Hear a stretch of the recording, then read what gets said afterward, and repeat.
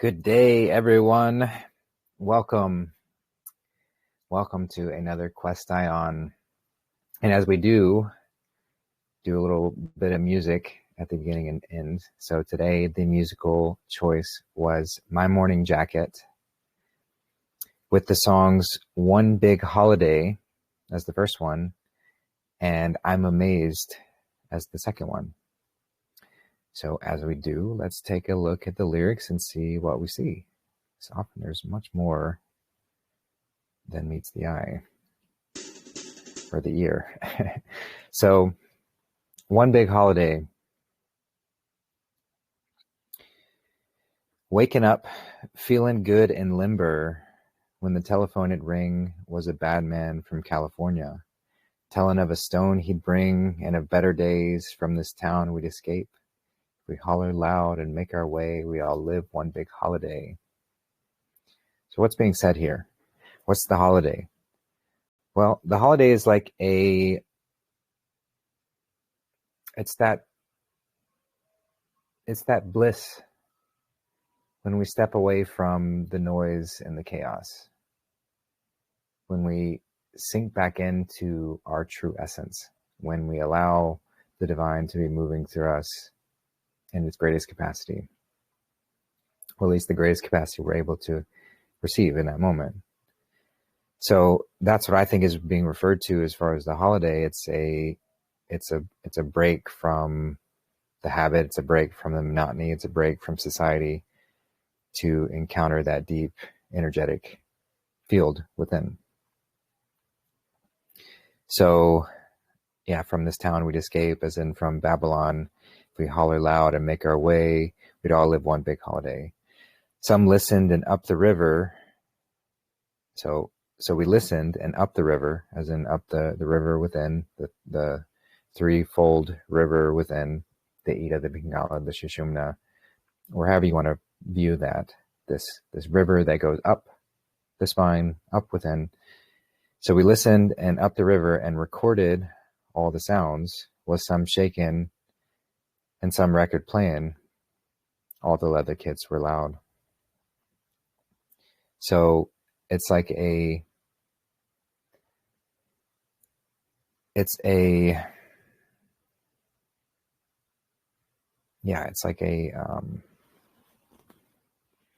lyrics are really simple, but there's probably more to unpack within them. But that's really the gist of it. If we holler loud and make our way, as in follow the way, as in get really loud, as in become very committed to the path, to step out of where we are and as I said, the repetitive nature, and get back into our true nature. So yeah, their lyrics are I love their music, but they are a bit. It's like if I were going to break down every single word here, I don't know. I'd struggle with a lot of what they're saying, but I still feel the general gist is this very uplifting, stepping away from the monotony and bringing us back into presence, the general harmony of creation. So that's the holiday. So yeah, that's that one. And then the next song, I'm Amazed. And you can look at this two ways. So it's like I'm amazed, as in the awe, and I think that's really what the song reflects, is this childlike wonder and awe of what's around and what this experience is. But it also has this sort of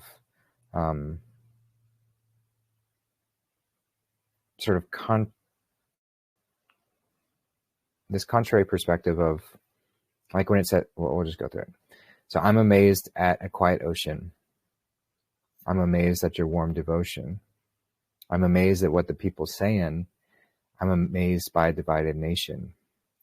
Like the rhythm of the earth, I get disrupted. So it's like It's like the sort of just in that state of observation around everything that's happening around, including the divided nation and those layers. And we could even take a look at the word amazed. To be amazed, to be in a maze, is sort of that mental, why Christ said, take no thought for your life, because we can get caught in the mental layers of it, and we can become in a maze of it. Or come back to another view of that word, which is just the awe and wonder and enjoyment of the pure observation. But like the rhythm of the earth, I get disrupted. So we get taken off of that simple state. So then it continues, I'm amazed at all that has been. I'm amazed at all that will be. So that's sort of the higher forms of that. And then moving into the observational of the sort of fallen state, I'm amazed at the TV stations. I'm amazed what they want me to believe. So that contrast between those. After all is said and done, where's the justice? So we try and make sense of this contrasting nature. We can get stuck in that loop of where's the justice? But justice is a part of this creation, so justice will come without us being and wondering about it. I'm amazed by the lack of evolution. I'm amazed at the lack of faith. I'm amazed at the love we're rejecting. I'm amazed what we accept in its place. Like the rhythm of the earth and the rhythm of the ages, like the rhythm, I get disrupted. And then it continues, I'm amazed. So I see it as just an invitation to get back to the rhythm. But in those moments where we get disrupted, and in these longer periods that we as a collective get disrupted, where the rhythm gets disrupted, where we lose our way, to not fall into despair or lose sight of the rhythm, but just acknowledge that the rhythm can get disrupted, but it is the background rhythm and it is the natural state. So we fall back, we move back into that. So anyway, like I said, that there could be more to unpack in these songs, but that's kind of what stands out initially. And I just wanted to share them with you because I enjoy listening to them. So that was my morning jacket again. And you are on another episode of Quest-i-ons, the quest to illuminate the single eye, the quest I am on, where we ask questions and see what comes up. And I'm not here claiming to have all the answers, and I'll happily admit when I have no idea on a particular topic or subject, but I am happy to share what I have learned. And I love that there are other beautiful, wise souls who join these calls as well. And that includes you. So if you find yourself at any point wanting to speak up, to add to any particular topic, to ask clarifying questions, or to go deeper into a subject, please know that it's very welcome. This is a very open space to do that. All perspectives are welcome, and any form of dialogue is accepted here as long as respect is given. So I appreciate that. And if you do have a question at any point, just feel free to raise your hand and I'll open up your mic and we'll get into it. But just before we go into the show today, I wanted to mention a couple announcements. So you guys might have seen my recent post about the update with Bali and the Lions of Uganda and how they've been breaking ground and setting the foundation. So he posted some videos of what's been going on there, along with just a lovely video of all the children gathered for a meal, because that's really what we're doing this for, right? So that is well underway. They are making great progress and getting that established. And I'm grateful that we have enough funding to really get a good, I would say at least half, if not more, of their house built. And and so I put a call out in that post to see if anyone else could help chip in to get them over the finish line, to get into over that budget, what he worked with the builders of what they would need as far as materials and their time to build the house. And so I'm hoping to just get them over that limit so that they can complete this house and have a wonderful space for the children to move into.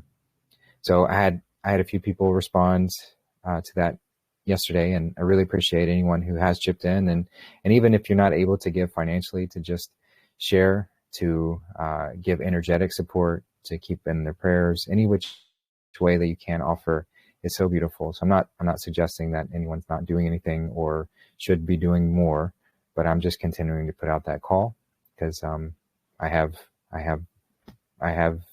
the space, and I want to help. I want to help these children get into a good home. And it still just amazes me that they're going to be able to build this home for like less than $5,000. That's wild to me.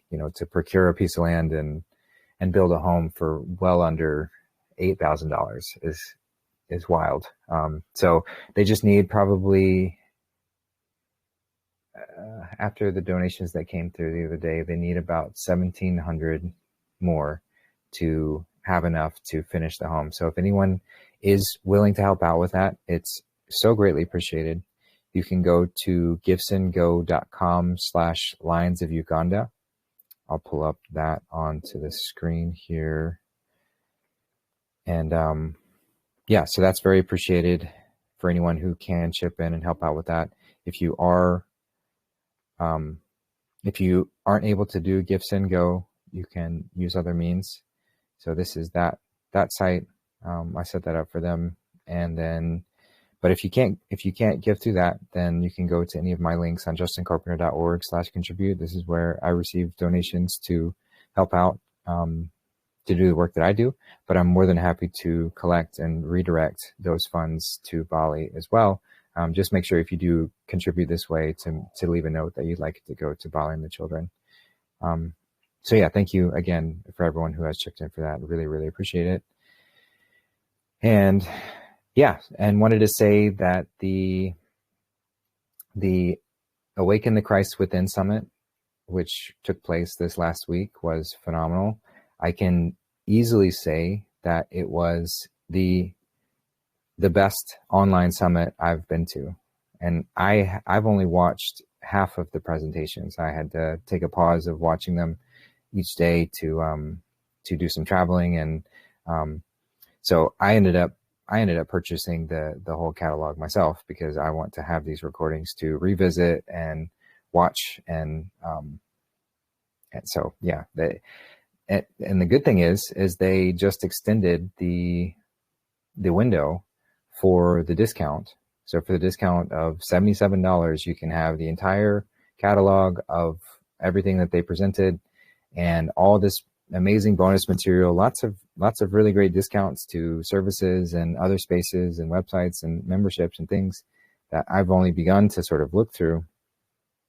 So it's a lot of value for not very much at all.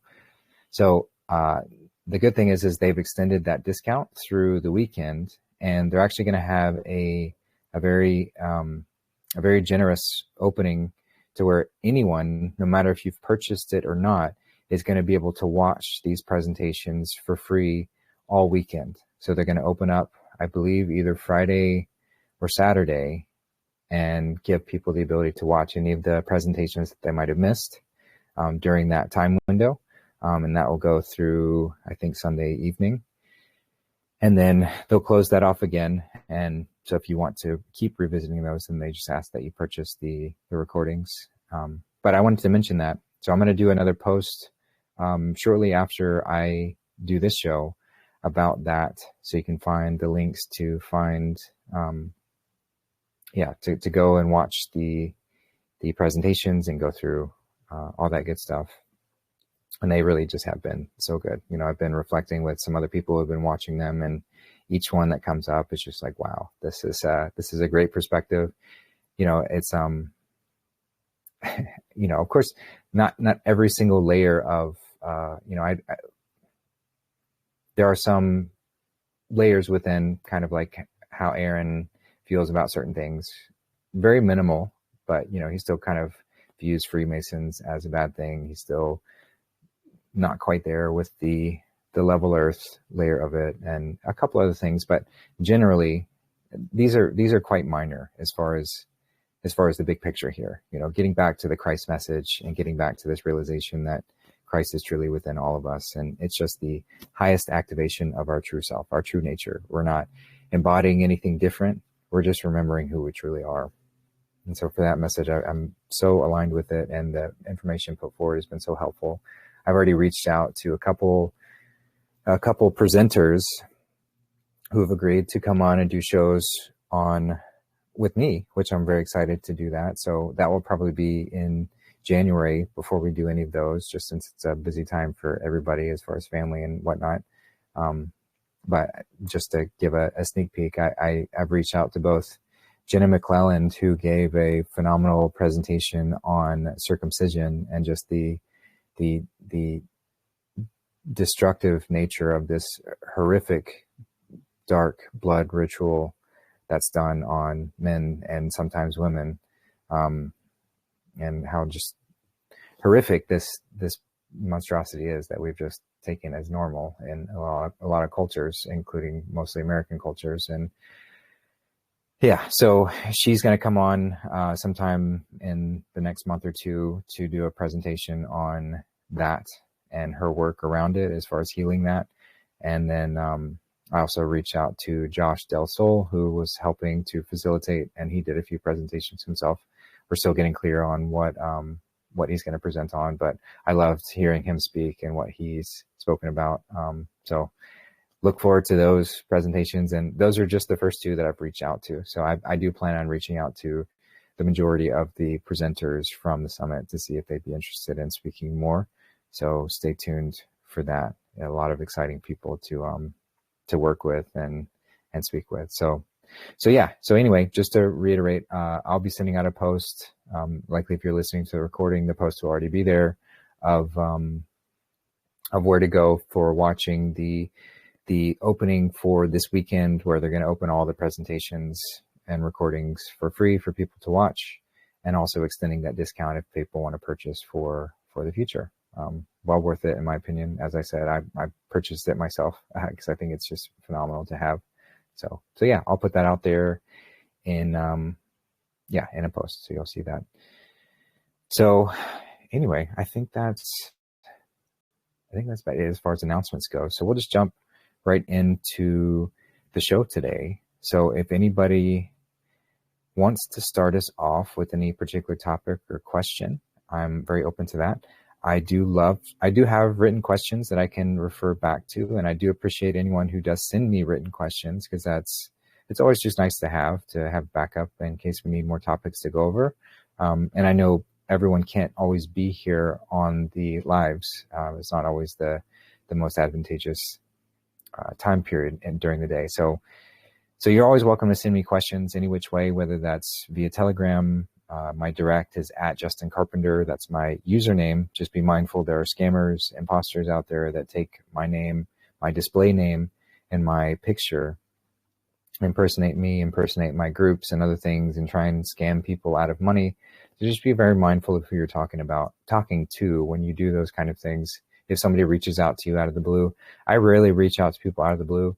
And if I do, I have like a very specific question, that you're going to know that, okay, yes, either you spoke up on a show or we were talking about something. I'm not just going to be like, hey, how are you? How are you liking my channel? And that's usually the way that these imposters kind of open up. But they're trying to get information from you, lure you into a false sense of safety, acting as if they're me. So just be mindful of that. And the easiest way to determine is check the username of whom you're speaking to. This is in Telegram. If you click the upper banner, there's a field that says username, and it's whatever followed by the @ symbol. So that circled A, I forget what the technical term of that symbol is, but that circled A, the @ symbol, what's followed by that is the username, and mine is @JustinCarpenter, all one word, no spaces, no characters, no funny letters, no numbers, at Justin Carpenter, all in word. So if it doesn't match exactly that, then you're not speaking to me. My channel is at Justin Carpenter 33, but that will never be messaging anybody. So the only one that I'm going to be messaging from is at Justin Carpenter. So that's how you can check. So that's one way to message me, or you can message me any other way, whether it's Facebook or through my website or however, if you have questions and want them addressed on a future show. And I just add them to the log of, or the queue of questions. And like I said, I'm happy to go through those at any point in time, but I really love to give priority to those who are here live on the call and want to speak up and ask the questions themselves, because it just makes it it's a more dynamic conversation to go over things. So, yeah, I see Jeff raise your hand. Do you want to start us off, brother?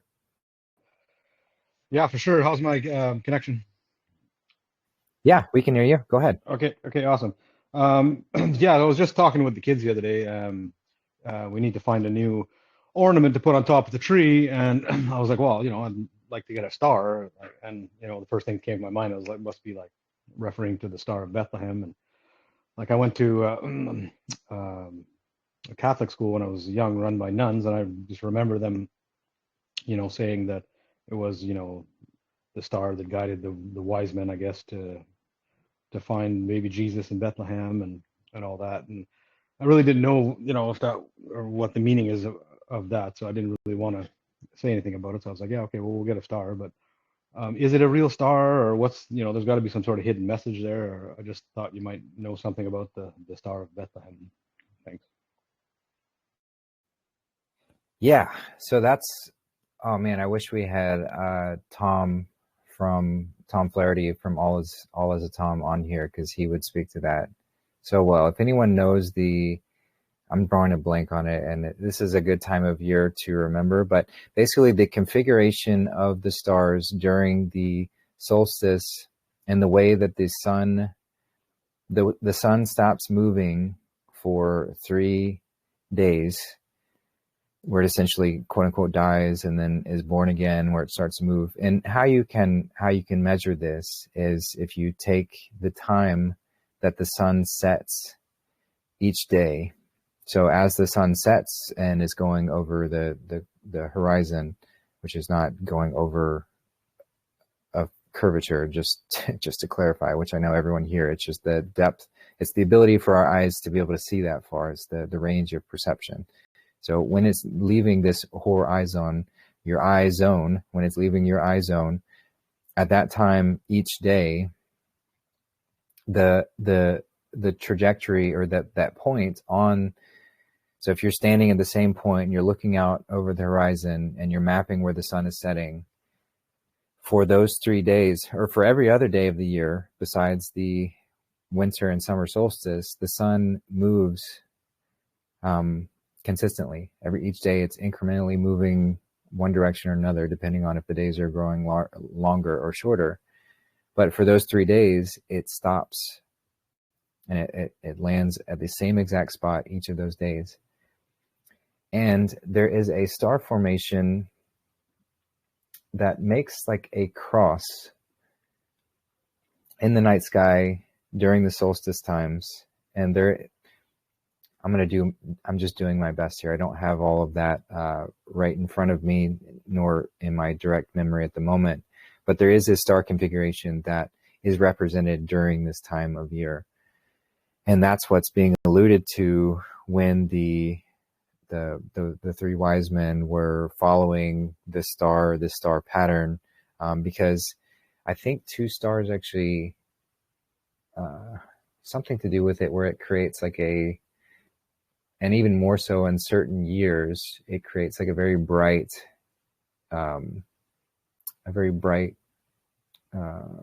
like image. And so that's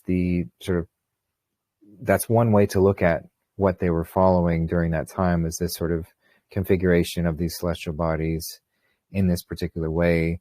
I think it has something to do with the wandering stars as well, what we call planets moving about, and how they were configured perhaps at that time. Again, I would love if somebody else knows more about that and wants to speak up on it. I would certainly welcome that. But that's that's the gist of it from what I've seen. So you can find more information from that just on the astrology and the sort of biblical nature of what's being encoded in this book, and how everything really is astrologically tied. Yes, there are many other layers to the Bible and ancient texts and things, but the astrological significance is almost always there, because that's one of the highest layers to read anything, is the astrological sense, the star way. So I'd say that key is also pointing to just looking up to this star, that's these stars that are guiding us home by reminding us who we really are. And that's what the Christ is that essence that's reminding us who we really are, and then helping to guide us home from whatever wandering routes we've found ourselves on. So yeah, that's, again, I don't feel like I'm doing it justice all based on what I have learned, but that's what I would give you in a nutshell. And it might be something that if I find more information on it that I want to share more, I might go into it further, because I know Santos has done a phenomenal job at going over that. You can find his work on where Tom probably has something on his channel where he's covered that more extensively.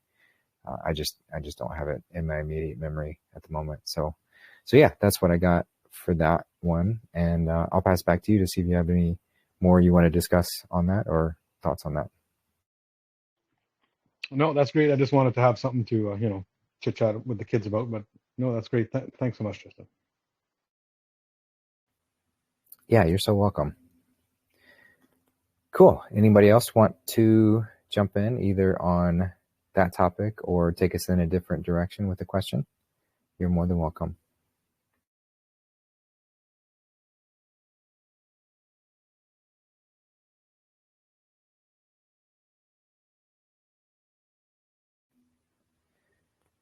All right. Well, here is a written question from Indra 50 or Maga 22, and it was asked, so what are my thoughts on ear piercings and tattoos? Does it make a difference what's in the ink tattoo, what's in the tattoo ink?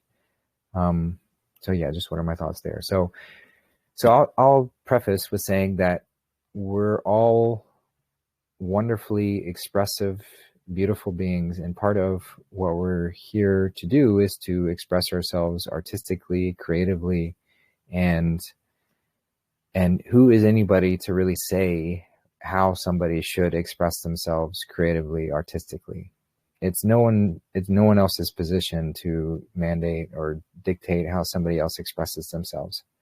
So on that fundamental level, everyone needs to make their own decisions with how they want to view tattoos or piercings or any form of expression. So I just want to preface it with that. Now, where I stand with those things and what I've chosen to do with it, where I've just, kind of been guided to and what I've learned about them, is that piercings, I'll talk on piercings first. So piercings have, when you're introducing forms of metal, especially certain types. So of course there are better and worse forms of metal that we can have in contact with our body, moving, and the piercing is like it's actually embedded into our body in some form.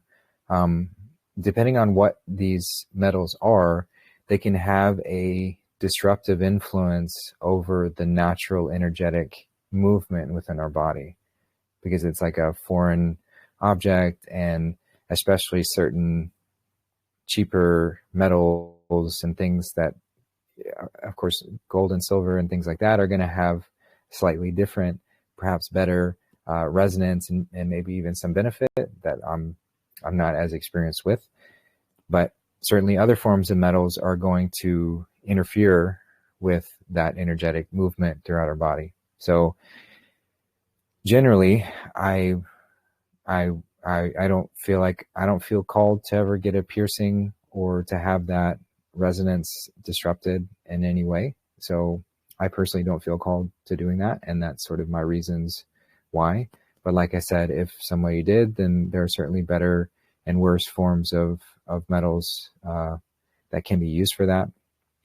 And if I were to go that route, I would just want to be very clear about what it is that I'm putting in continuous contact or through my parts of my body, to know what effect it might have on my thinking, my thought patterns, my energetic well-being, and all of that kind of stuff. So yeah, that's generally my take on that. And then as far as tattoos go,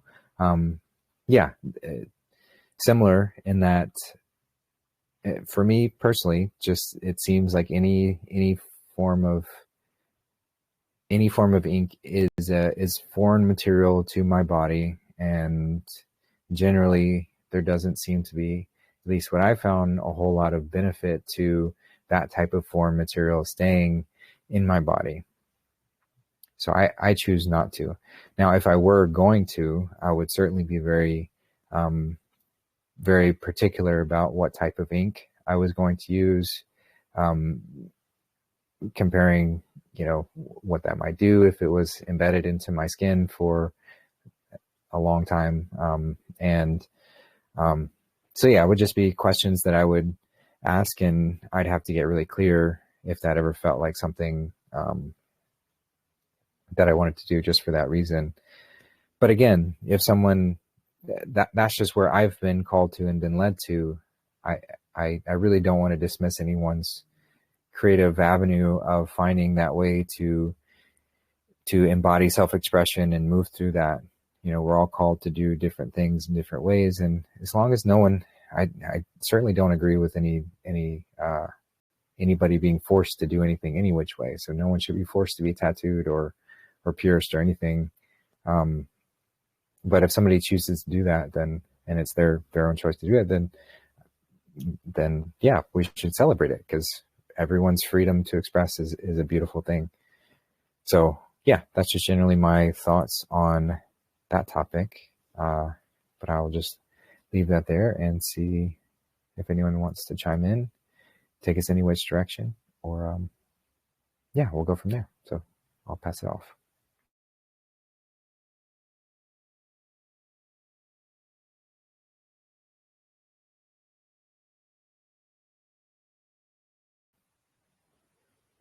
All right. Well, here's another one from, this one's from Cheryl, and she was asking, can I speak on relationship from God's perspective when it comes to same-sex partners? Yeah, it's another topic that can be very sensitive. So I'm gonna make sure, preface this with, I'm not here to judge anyone and how they want to live their life. My fundamental, foundational way of viewing things is, as long as harm is not being committed, who am I to say how anybody should live? I'm not I'm not in a position to say how anybody should live, as long as harm is not being caused. And I define harm by unwanted movement, unwanted action against another. So as long as everything is wanted by all parties involved, then who am I to say? Now, my perspective on the sort of highest form of our embodiment of connection with one another, to me, it makes the most sense to have the man and the woman be the partnered reality. Just, it doesn't really matter what way you look at it. Physically, energetically, we are very different, very complementary, and we're here to sort of balance each other out, and we fit into and around each other, and that's by design. So as far as the embodiment of that union, of this dualistic nature of masculine and feminine, and then coming together as one, to me, there doesn't seem to be much much of an avenue, or as much of an avenue to embody that in any other way. Again, I'm not judging anybody for how they choose to want to live. That's just what makes the most sense. And then if we look at the reasons why somebody might feel that, they're homosexual or attracted to the same sex, we're coming from such a warped perspective in this reality, because due to the nature of trauma that we have experienced, we are traumatized from the moment we are conceived in the womb. Our mother is already traumatized and going through trauma. As soon as we're yanked out of the womb, we're traumatized. Many little boys are mutilated and cut, and it happens to girls too in some countries, and then injected with all sorts of things, and the trauma just goes from there. So it doesn't matter how loving of a family you have, the baseline trauma that's gone through. Now, some people have mitigated this considerably, but it's still there. Even just the sudden exposure to other people who have been traumatized is traumatizing. The reactions that we might get moving about in our innocent nature, and then coming against somebody who has been traumatized, who's projecting that trauma onto anybody around them, that's traumatizing. So when you have this baseline trauma everywhere, and we're trying to figure out which way is up, it's no wonder that people get caught up into these ideas of being homosexual or however else, especially when it comes to romantic relationships and trauma involved within that. You take men, for example, in that example of circumcision, this genital mutilation that happens at the very beginning. As you're given over by your mother, who is supposed to protect you, to these monsters that are cutting you, usually without any anesthesia or anything. I mean, as far as like a horrific satanic ritual, it doesn't get much worse than that. So in that moment, whether the subconscious mistrust of the feminine for any boy who goes through that experience is going to be huge. And it might not be something that they can find or place at a later time, but it's no accident that that's there. And it's it makes total sense why there would be men who would develop with such a aversion to women, because of this primal betrayal that happens. It's very early on thrust into trauma and us being sort of sold away by our mother. So, we can go through many examples of where this severance can occur, where men don't trust women, and women, of course, in the same way, would be traumatized and not trusting men or on both ends, if they've been abused sexually or any which way. It makes total sense why there would be this, I do not trust anything to do with the opposite sex. I find more comfort in those whom I can at least connect with and not feel unsafe. And so then this develops into a sort of misguided sexual attraction. So as controversial as it may be, I don't feel like anyone is naturally inclined in that way. I don't think that God made any of us to be naturally like that. If I'm wrong on that, okay. It still just doesn't make sense from a biological and logical standpoint to have that be a baseline. And again, I'm not judging anybody as long as harm is not being caused.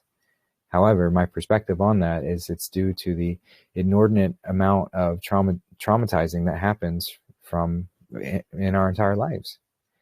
And this is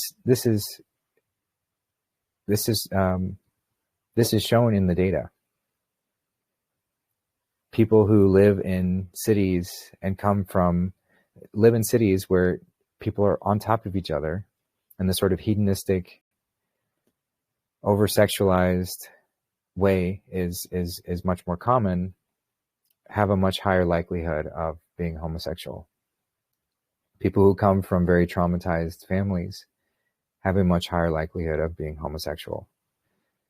So it's there for us to see the trends and the patterns of how this emerges, and it is no accident that that sort of way is pushed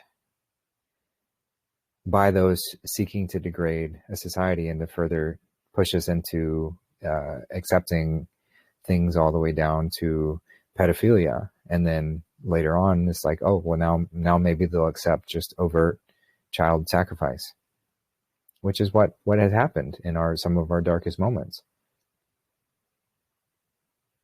So yeah, the pattern's there. It's again, I'm not here to judge anybody. I know it's a very sensitive topic, and it's going to be one that we need to approach with deep compassion, because those who have attached themselves to those kind of identities will find it very challenging to explore these topics and to discuss them. And I'm not here to rush anybody or say that anybody needs to do anything. And ultimately, like, if somebody feels inclined to living that way for the rest of their life, like, who am I to judge? Because it would be the same as if somebody, it's like, it's not really aligned with our highest potential, but a lot of things we do are not aligned with our highest potential. So I'd put that in the same category as someone who chooses to, eat something that's not really aligned with their highest potential. Continue to eat junk food, even though they know it's not really good for them. I'm not going to judge that individual for what they eat, nor am I going to judge somebody for how they choose to spend their time. But if somebody asks me what my opinion is on it, then that's what I would share. And so yeah, it's something that I think will be a challenging ordeal for us to move through, and it will take time. It will take time for us to shift out of that, and no one should really be forced. As long as it's not being pushed onto other people, which I very much disagree with, but as long as it's not being pushed onto other people, then who is anybody to judge in that? Now, when it becomes institutionalized and pushed on a wide scale, then it becomes a major problem, because it is purposefully used to degrade a society, and that's been proven time and time and again because of what it represents. So it's an interesting place to be. But yeah, I think that's where I would stand on it, and I'd be happy to speak any more on it. If anyone hears this now or at a later time and wants to talk more about it, either here or privately or whatever, I'm happy to. I'm not here to push anybody aside or say it has to be this way, or make any timeline for it. But that's my honest perspective on it based on what I've learned and what I've seen. So yeah, I'll just leave that there, and thanks for listening, and I'll pass it off and see if anybody else wants to jump in.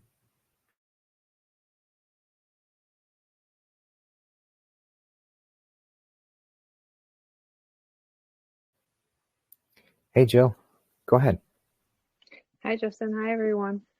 I find this very interesting because it was years ago, actually, when I found out one of my family members was going to make the transition to be the opposite sex, which I have to be honest, my boys were not comfortable with because it's different.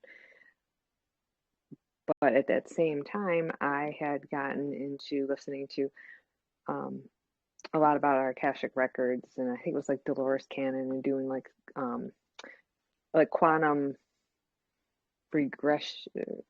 Oh, I don't know what it was. Like quantum, it was quantum something QT, some kind of therapy.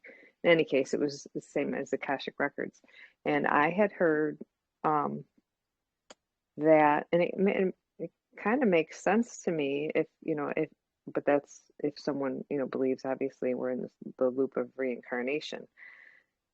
You'd have to get past that hurdle first because a lot of people don't feel that to be true. But in saying that, depending when you had just said, oh, maybe they're more comfortable with the same sex. So what I had heard was, and obviously there's always a lesson to be learned in these lives that we're living over and over, but if you indeed were a female, say 100 lifetimes in a row or something, and then you all of a sudden came as a male, that residual energy or frequencies of being attracted to a male because you were a female so many times that when you're a male, then you would hold on to that. I don't know if that really if that makes sense as I explained it, but so in saying that, being more comfortable or just being attracted to the same sex, because you had been so many lifetimes before, and maybe that residual, those thoughts or those memories rather, had come back for whatever reason, or if it's a lesson to learn, then we would indeed be attracted to the same sex. That's what I had heard about it years ago, and it kind of made sense to me, but I don't know. We don't know. So that's what I have to say about that. All right. Bye. Yeah, thanks, Jill. Yeah, I'm sure there are other layers to it in regards to where our energy is more rooted in and what is lined up for our sort of karmic life path as we incarnate, based on maybe what our soul's trajectory has more experience with, whether it has we've spent more lifetimes as a woman or as a man. And so yeah, that residual energy it would carry over and could be viewed from a distorted lens of leading us to be sexually attracted or whatever. And so yeah, that certainly can happen too. It still would be I'd be hard pressed to ever see any of those examples happening without the continuous confusion in media and the push from organized society to encourage that. And yeah, I don't, once we get out of this traumatic phase of existence, I don't think we'll really see that happen. I mean, it will take time for that to diminish, but it will slowly just sort of phase out as people realize that, like, yes, I can be an effeminate man, like there can be people who feel, men who feel more feminine and women who feel more masculine. Sure. I mean, we have different qualities and that happens. But as far as the capacity that they're attracted to the same sex, to me, it would seem like missing potential. It's not, while again, I'm not going to judge it if it happens.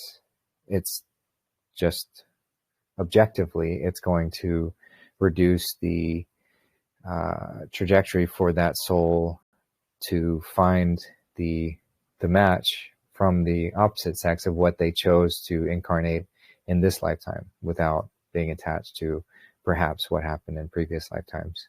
But yeah, that's a great thing to consider as well, as this isn't just layered to this life cycle. We are certainly limitless in that perspective. So thanks for adding that. Yeah. And I'll pass it over and see if anybody else wants to jump in.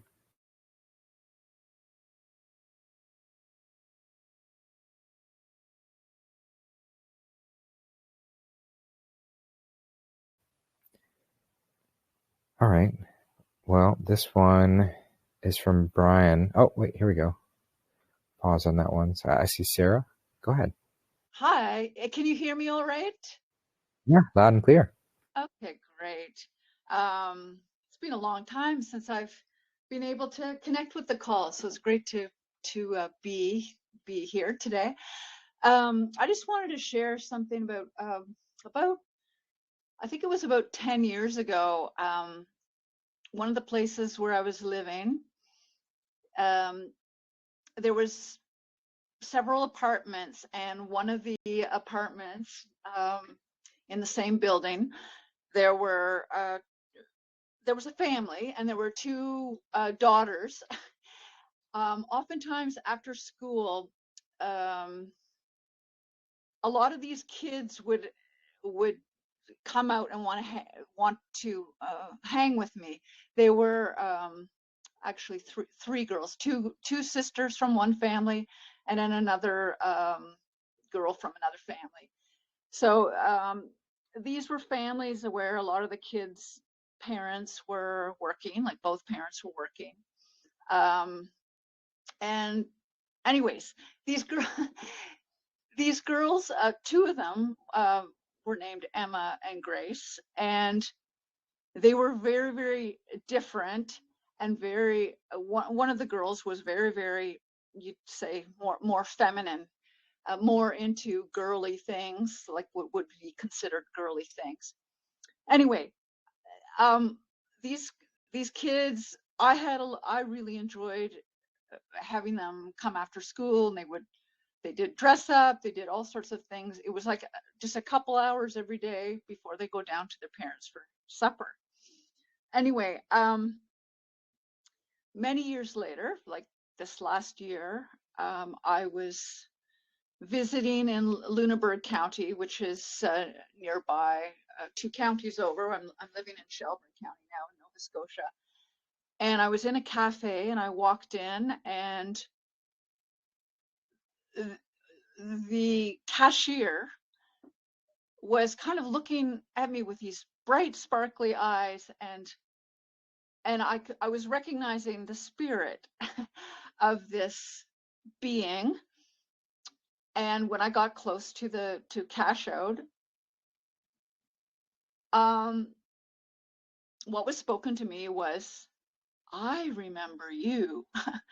And like what was strange for me is like I'm looking, totally recognizing the spirit of this person, and I don't really like to use the word person, but anyway, who was appearing male, and I realized, oh, this was Emma. This was Emma grown up, and so who I knew as Emma came around the side and gave me a great big hug, and was just thanking me for all that I had given her and her sister when they were younger.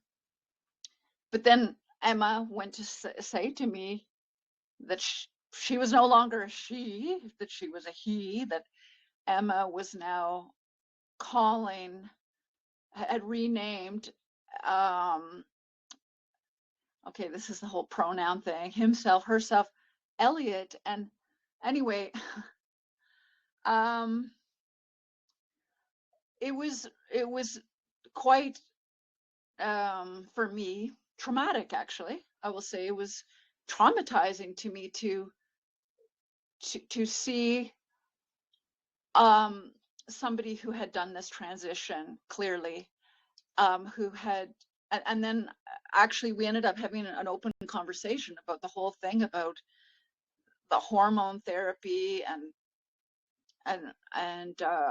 I'll say she was telling me that she was doing this testosterone Tuesday, and that had breasts removed, and I don't know what else, but for me, I'll just say it was very clear the spirit of who I knew as Emma was present and shining through, and I couldn't help but think later, as I was reflecting on this this meeting of somebody I hadn't seen for years, and somebody who had been like just a prepubescent child and now was, you know, in their 20s and had gone through all these operations, which I don't fancy myself. Anyway, I was just remembering back to the children that I knew, and I was remembering back about the two sisters, how different they were, and how Grace was just always gravitating towards, you know, dressing up very femininely, and then Emma would often just feel, I didn't think about it at the time, but I realized that perhaps she was caught in a lot of just comparing, kind of like comparison, comparing herself to her sister all the time. And like I remember taking them roller skating and different things, and Emma just was very quite awkward in her body, whereas Grace was very graceful. And I don't mean that as a judgment. I mean it just as an observation that there was an you know, not that we should be comparing siblings, but there was a definite difference in their ability to inhabit their body, I guess is a way to put it.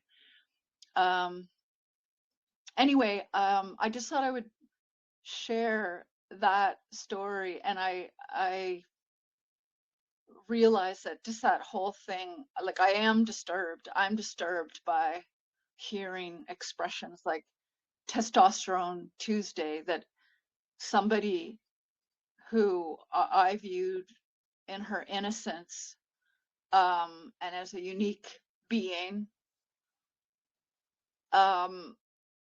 choosing to inject or have chemicals injected into her body, perhaps for the rest of her life. Anyway, I don't mean to be a downer, but I have to say I was disturbed by that, and I am no one to judge, but I guess part of my sharing here is just, you know, when it comes to children, how much, you know, it is important to encourage each one of their natures, and to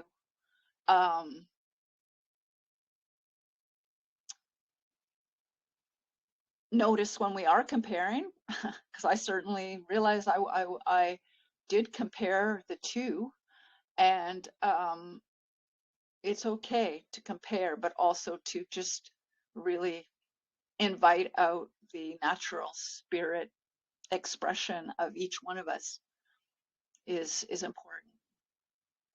So thank you for hearing me. Oh, thank you, Sarah. It's always great to hear from you. Always really appreciate your perspective. And yes, it is, you know, that's another step in the, you know, I was talking of just purely same-sex relationships, and then that extra step is this whole trans shifting that occurs, which is just another layer of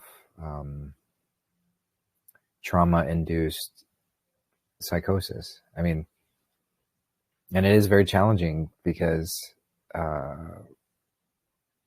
when you're dealing with such fragility within someone's psyche, and they're desperately trying to find any sense in a reality that's where all compassion has been stripped away.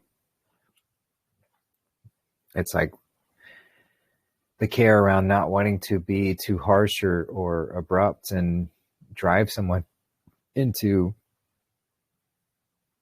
whatever sort of further self-inflicted harm. But yes, it is a very traumatizing thing for all involved. It's traumatizing for anyone to not be able to speak about these things very openly, to feel reserved to talk about them without offending anybody or the cancel culture that comes with it. It's traumatizing for children to have to learn about these things, whether it's forced on them through the school system or just through social media. Traumatizing for parents to have to explain these kind of things, whether from a supportive or non-supportive way.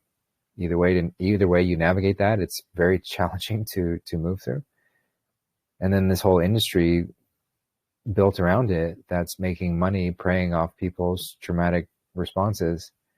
It's really quite disgusting. And not to call anybody in particular disgusting, but just this energy that has taken hold. And it's a possession, to see someone as beautiful as Emma, whom you knew and still know and see, and for her to lose herself in that. And of course, nothing is lost, and there's no end to any of us. And no matter how far we fall down to hell or this traumatic patterning, we are not lost. And it's all there as with purpose, so that we can recalibrate and find our way again. So I just want to make that clear. But it's very challenging to deal with, and it's no accident that these kind of ideologies are pushed onto society at such a wide scale, because it just weakens the very fabric of us. It weakens us individually, and it weakens the family. And us at our core, our sovereign layer, and then if we don't know who we are and what we're doing, and we have no values and no stability to stand on, then we can be swayed in any direction. And if there's no cohesive family unit, then there's no one to support each other in standing up against this insanity. And so we're just, each generation moving in that direction just becomes more and more primed and ready to enslave, which was the whole purpose, to create a control scheme so deep that we fight for it. This whole Stockholm syndrome, we fight to perpetuate it. And that's the only way that it really works, is if they can convince us to fight to perpetuate it, and fight each other, fight anyone that stands against that. And there's, I say we and them, but it's really all us. We did it to ourselves. Yeah, it's quite something. But I really appreciate the reflections, and just adding your perspective around that. And so thank you. And I'll just pass it over. And go ahead, Darth. Did you want to jump in? I did. Sarah, I thought your comments were beautiful. And I appreciated what you said. So there's been several ideas that were mentioned. So one of the things I wanted to address about reincarnation. So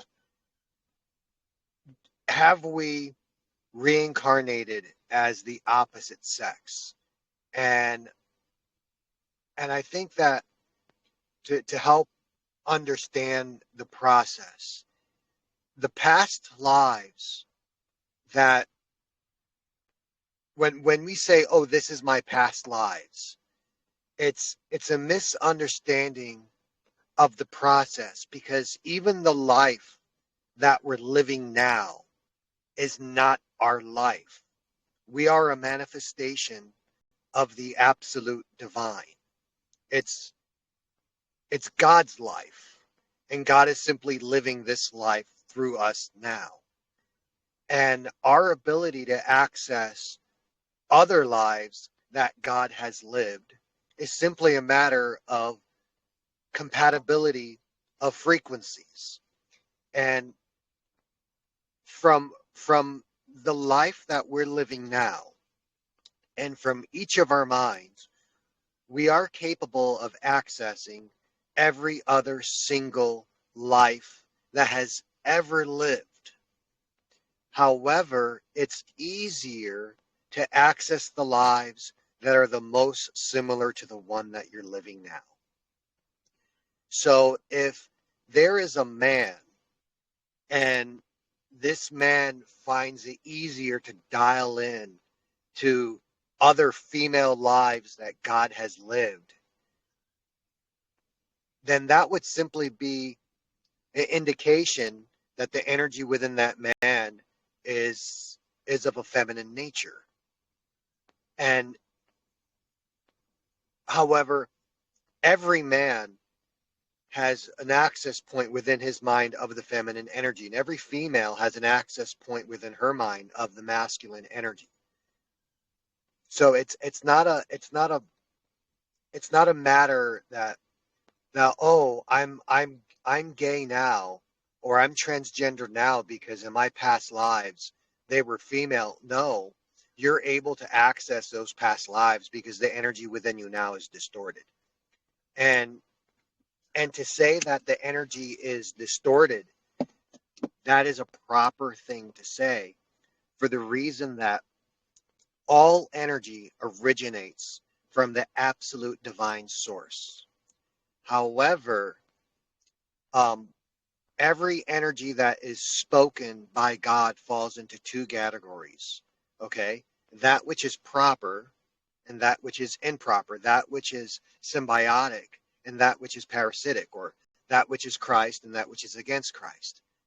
And then these two categories give birth to all other ideas and all other life forms.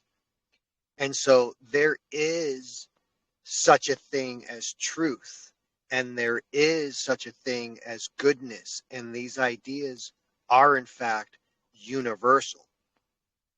So if someone is experiencing gender dysphoria, it's an actual disorder. And part of the way that we know that is it's always accompanied by some sort of trauma or some sort of chemical imbalance or some sort of hormonal imbalance. Very few people that have no trauma and no illness and no chemical imbalance and no hormonal imbalance, very few of those individuals suddenly just wake up and say, oh, I'm the opposite gender. Okay. So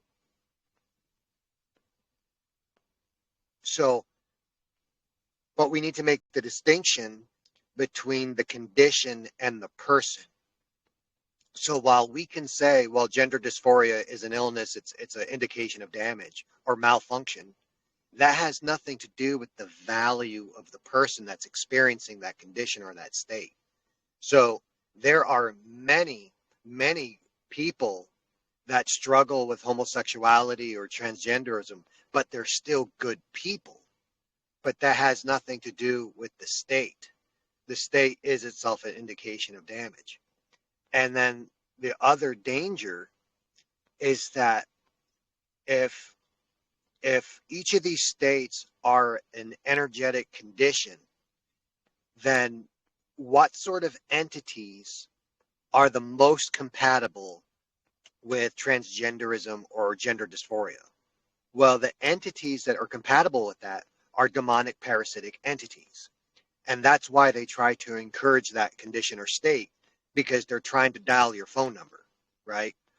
They're trying to open the portals of your mind so that they can inhabit it, that entity.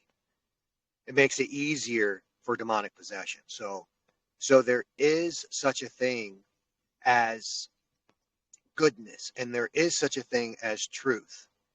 And it is the truth within us that says, oh, this is good or this is bad.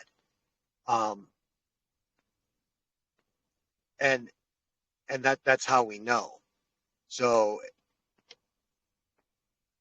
yeah, that's all I got.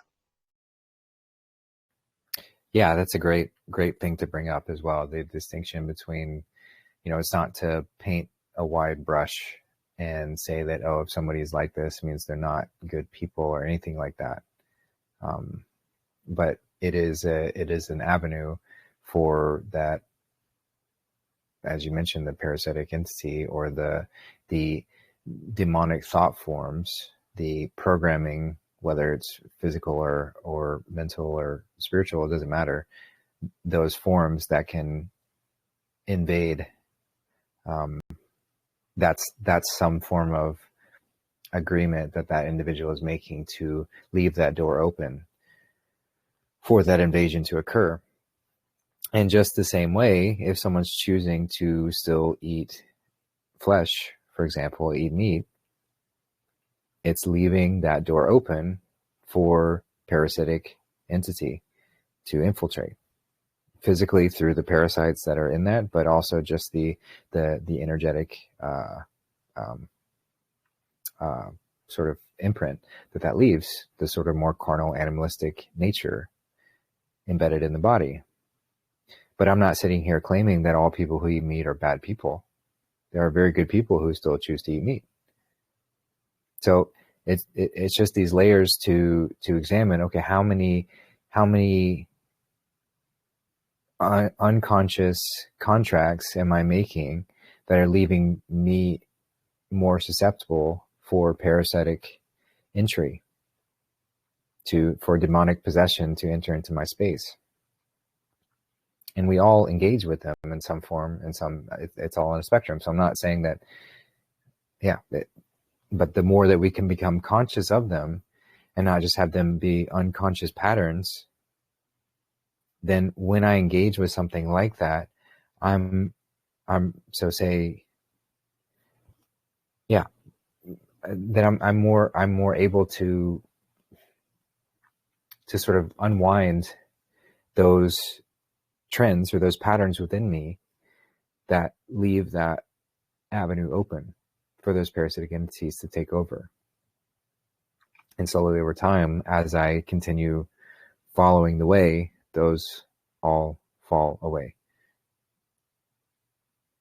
So yeah, it's very similar to, it doesn't really matter which layer of unconscious self.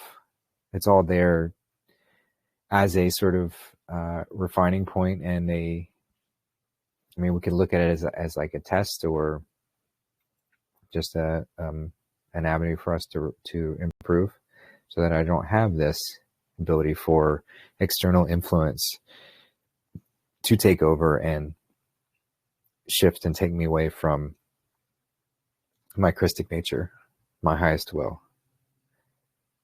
So I thought that was very very well said, and thank you for explaining it that way. So yeah, I'll pass it over and see if anyone else wants to jump in, either on this topic or feel free to take us in another direction. Yeah, this Sarah again. I just so both Darth and Justin, I'll just ask this of both of you. So in your day, when you're living your day, are you, as you go through your day, saying to yourself in a moment and recognizing, oh, like my thought just now, or my action, or whatever I just created was something out of demonic possession? Like, are you I'm just curious, like, if you can, is that what you are, is that how you are living your day, like that kind of self-examination, and just even calling it that, like, and I don't know if I'm making myself clear. Am I? You are. Yeah, I can. Oh, go ahead. Yeah, go ahead, Darth. I actually I had to switch Bluetooth. I missed the question. I apologize. Could you restate it? Yes, sure. My question is, like, as you live your day, like just going about simply in your day, are you actually saying to yourself, or to even others, saying, oh, whatever I just thought there or whatever action I just took, it was out of demonic possession. Like I just wondering if that process is your part of your like self-examination. Yeah, I'll jump in real quick. Looks like he had to hop off again. So the question is, throughout my day, am I considering this? Are my actions, or my words, thoughts, deeds, am I considering, is this particular thing opening me up to demonic possession? And I want to be very clear not to steer this into sort of like a dogmatic religious form of viewing that as if this is some external monster that can take hold and grab me, and I'm powerless against it if I do these things and whatnot. It's truly not that. A demon. This was from Josh X. He was very good in saying demon is to break down that word. De means to take away. Mon is the mono, so to take away from the one, to take away from the oneness. So a demonic thought form is just anything that takes me away from the oneness, the recognition that there is only one and all layers of creation are connected. If I have a demonic thought form, then this is what allows harm to be caused, because if I know that all is one, then there's no way that I would cause harm to the self. It would just be madness to do that. So I wouldn't say this is like a constant thought or constant reflection of mine, but it does come up when I find myself sinking into some form of doubt, or not that anger is a bad thing to have, but if I find myself dwelling there, like getting really just pissed off or frustrated, irritated, and I'm staying there, I'm not transmuting that pattern. I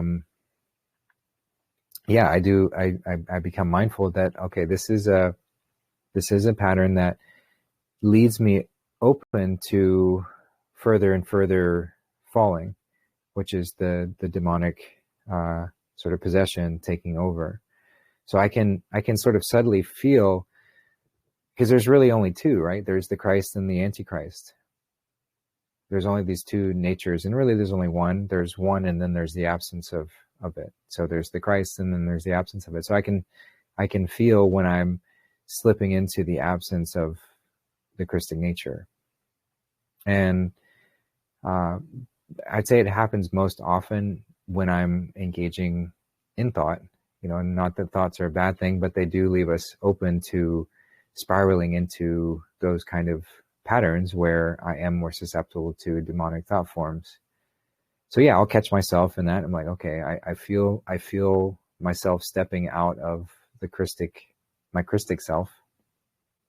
So let me recalibrate, let me go ground, let me go take some breaths, move about, reset, go through a portal, a doorway, listen to a new song, watch something different, engage with somebody else, whatever the case may be, to sort of shift that, or just take a pause, take a breath, like whatever that looks like, which is, so then the only way that demonic thought form can really take hold is if we are unconscious.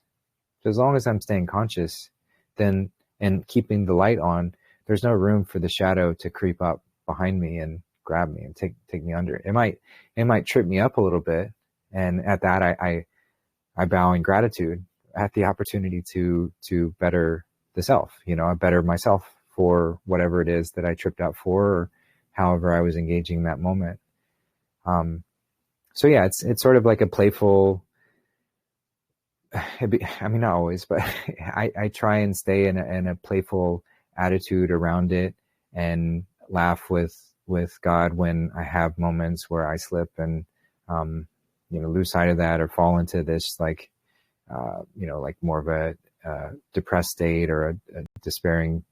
I don't really fall into despair, but there can be doubts that come in, or just disappointment. That's a big one that pops up. falling into disappointment, which is grounds for the demonic thought form, because how can I truly be disappointed with any layer of self when it's all just me, us, you experiencing ourselves through different forms? But that's probably where it shows up the most within me. And then it shows up in other ways through choices around like what I'm eating, for example, which I certainly find my highest and most Christic aligned self experience when I'm eating high vibrational foods and staying primarily, if not all, raw and away from the dense things. But I am also aware that, the overly judgmental layer of self can be another avenue for the demonic thought form to pop in as well. So if I'm hyper fixated on forcing myself to stay away from things, that's another avenue that's not purely physical where that can come in. So it's not always cut and dry exactly what to do, but the simple way of looking at food choices is like, okay, yeah, if I eat this fried, French fries or whatever, like covered in oil and they're very dense, and I feel lower after that. And I do notice that my thought patterns shift a little bit. And sometimes, especially if I've been longer without that, it's much more noticeable of what might my thought patterns be after consuming something like that. So again, not to dwell on self-deprecation of beating myself up for making decisions like that, because that's another layer of stepping away from the Christic self and having that forgiveness and grace for ourselves to go through the process and go through all of that. But yeah, so I don't know if that makes any sense, but that's kind of my process through it. It's not because we can get lost in the constant self-reflection and then become afraid to even move any which direction out of fear of stepping off the wrong way or whatever. So it's really kind of a fluid way that goes about. So anyway, I hope that makes sense, but I will I'm curious to know what Darth's response is. I'll pass it back to you, Sarah, and see if you have any response to what I just said, and then I'd love to hear Darth's response as well. Yeah, I appreciate everything you said, and it's ultimately awareness and loving awareness, and it makes sense. And I appreciate what you said too about it's not necessarily about this a feared for some outside dark force to whatever to jump inside you and start running you, but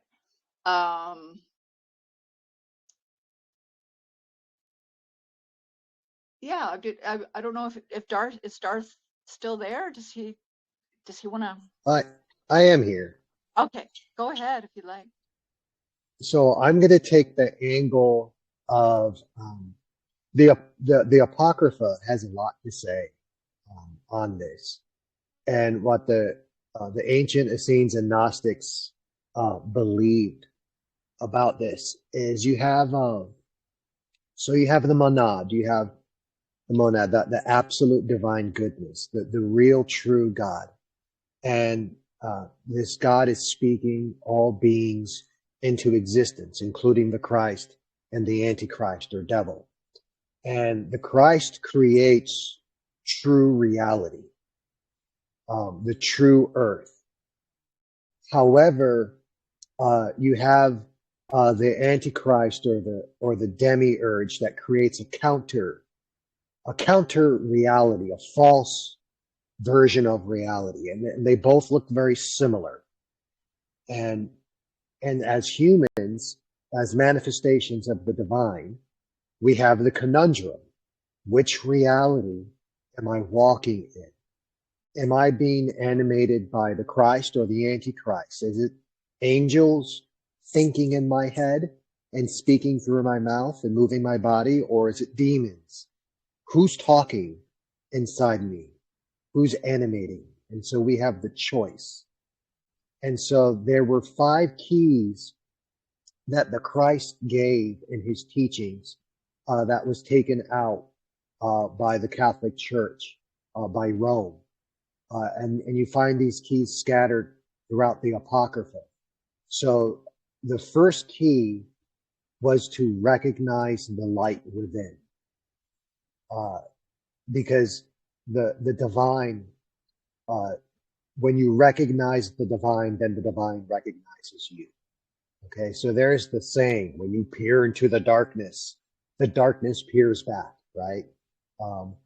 And sometimes you hear that in a movie, but it's true of the light as well. When you look into the light looks back. So the first key that Christ taught was to, in a quiet, silent space, put your hand over your chest and recognize the light within. So that's the first key. The second key was to reject the dark. Okay, so it's I belong to the light. I reject the dark. The demiurge has no authority. Archons have no claim. Okay, and it's that simple. And then the third key was to recognize that we have a choice. So we don't have a choice about whether or not we're going to think. We're going to think, we're going to speak, we're going to feel, we're going to move, right? And all of these things are going to flow through us. But what we do have a choice is whether or not we're going to continue, right? So we might have a voice that says go left.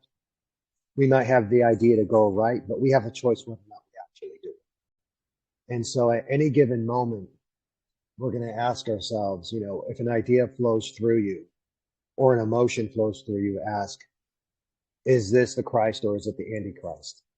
And you can just ask yourself.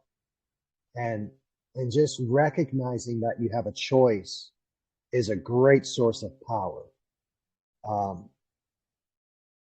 It's all attention strengthens. And so that was the third key.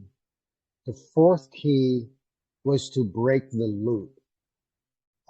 So not everyone around us is going to wake up. Not everyone around us is going to choose the monad. A lot of people around us will choose the demiurge. They'll choose the false version of reality. And so we just say to ourselves, they are free to stay asleep. I am free to ascend. They're free to stay. I'm free to go. And then I exit now. And then the last key was to actually make the choice that I'm going to stay in the light, regardless of what other people do. And making that choice will relieve a great deal, like well over 75-90% of all the dark thoughts that flow into you, because the way that the archons or the demonic entities, the way that they operate, they're extremely legalistic. And that whole system works off of consent. You gotta open that door and let them in. And once you make the claim that I belong to the light, and once you reject the dark, and once you state it, they have no claim on me, they have no authority on me, I belong to the light. Just saying that to yourself when you wake up and when you go to sleep, just saying that will create that. So the good is real. The dark is also real. All the entities that Christ gave birth, that creates the world of light, those entities are all real. And all of the archons, all of the entities that are created by the demiurge and the antichrist that create a world of darkness, those entities are also all real. So like electricity is real. Okay. It's granted it isn't actually what we think it is. It's something else, and we just call it electricity. But that thing that we're calling electricity, it's actually real. Okay, and so the principles that run our minds, those principles are real. And the principles that create the construct of reality, they're all real. And they all run off of consent and a divine law. And so the divine law says that if you declare yourself to be of light, that then you become subject to light. And the divine law says that if you declare that you are rejecting the dark, then the dark has no authority over you. So you'll still be presented with a choice, but making that declaration is a large part of the choice and offers a great deal of protection. And the repetition of it will gradually rectify your day more and more until eventually these beings and these entities will have no hold on. And so that's what is taught in the Apocrypha. And that's what the Essenes and Ieshua taught in a lot of the forbidden books. So I do go through my day. And when different ideas pop in my head, I do try to ask myself and to remember to ask myself, is this the monad or is this the demiurge?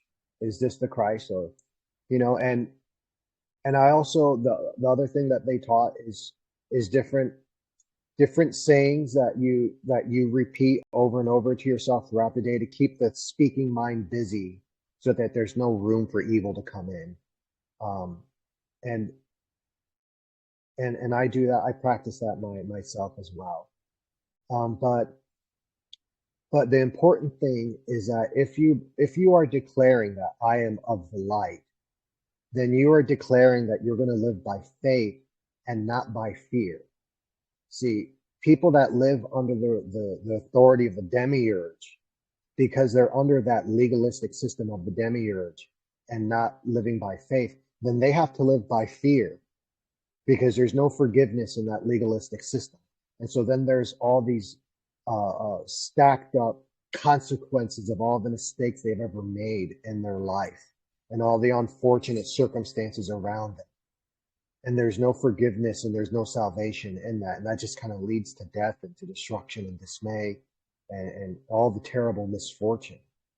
So that whole thing of exercising choice, I'm not exercising choice and asking myself that out of fear. There's, oh no, did I make a bad decision? Oh no, I thought this thing, and is that this? Is that a demonic idea? Is that the demiurge? No, it's not a thing of fear. It's a thing of empowerment. Oh, I get to choose. Like, oh wow, I actually have enough awareness. I have enough light within me that I can actually tell. Right? So when you go through your day and you ask yourself, you're not asking yourself out of fear. You're asking yourself out of empowerment. Because you want to choose the light, because you have the power to choose the light. And then by choosing the light, the dark has no hold on. So it's not something that you have to be afraid of. It's something you get to do because you have the power to do it, because the absolute divine gave you that power. And you're choosing to live by faith. And you're choosing not to be afraid. But the choice will always be there. Because at any time, if you want to, you can choose to go into the dark. But we choose not to. We choose to stay in the light.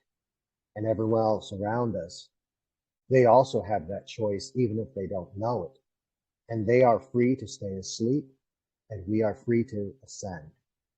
And they are free to stay in hell, and we are free to enter into heaven.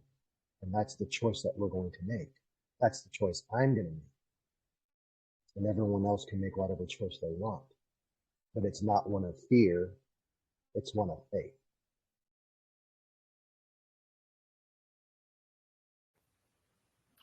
Yeah, well said. Thanks for that. It's really the simple. This was discussed in the Gospel of Thomas, and it's it's been presented in the DEC, which is another book that I would like to go into at some point, and just Christ's simple teachings of the two ways. There's life and there's death. And we can really boil all our choices down to that. Are these choices aligned, aligning me towards life, or are they aligning me towards death? And it makes it, it takes a lot of complexity out of it. Might not always be exactly clear in the moment, because what might be leading us towards life through certain stages then becomes something that leads us, sort of keeps us stagnant, which would be going back towards death. So it is a fluidly moving energy through us at different times and different stages of our life. But it is a simple way of just breaking everything down. And what is this energy that is possessing me in this moment, in this now? So thank you for that. And yeah, Sarah, curious if you have any thoughts or further questions around that. That was a great question. Thank you. As I sit here and listen, my heart is just opening. All of what was just said, it just is such a good reminder, and just, yeah, I really, really appreciate both of you sharing what you did. Yeah, I'm going to definitely listen over the replay. Thank you so much, and so much love to everyone. Yeah, thanks, Sarah. Yeah, big hug to you as well. And yeah, I'll just pass it over and see if anyone else wants to jump in, either on this topic or take us in a whole new direction. You're more than welcome.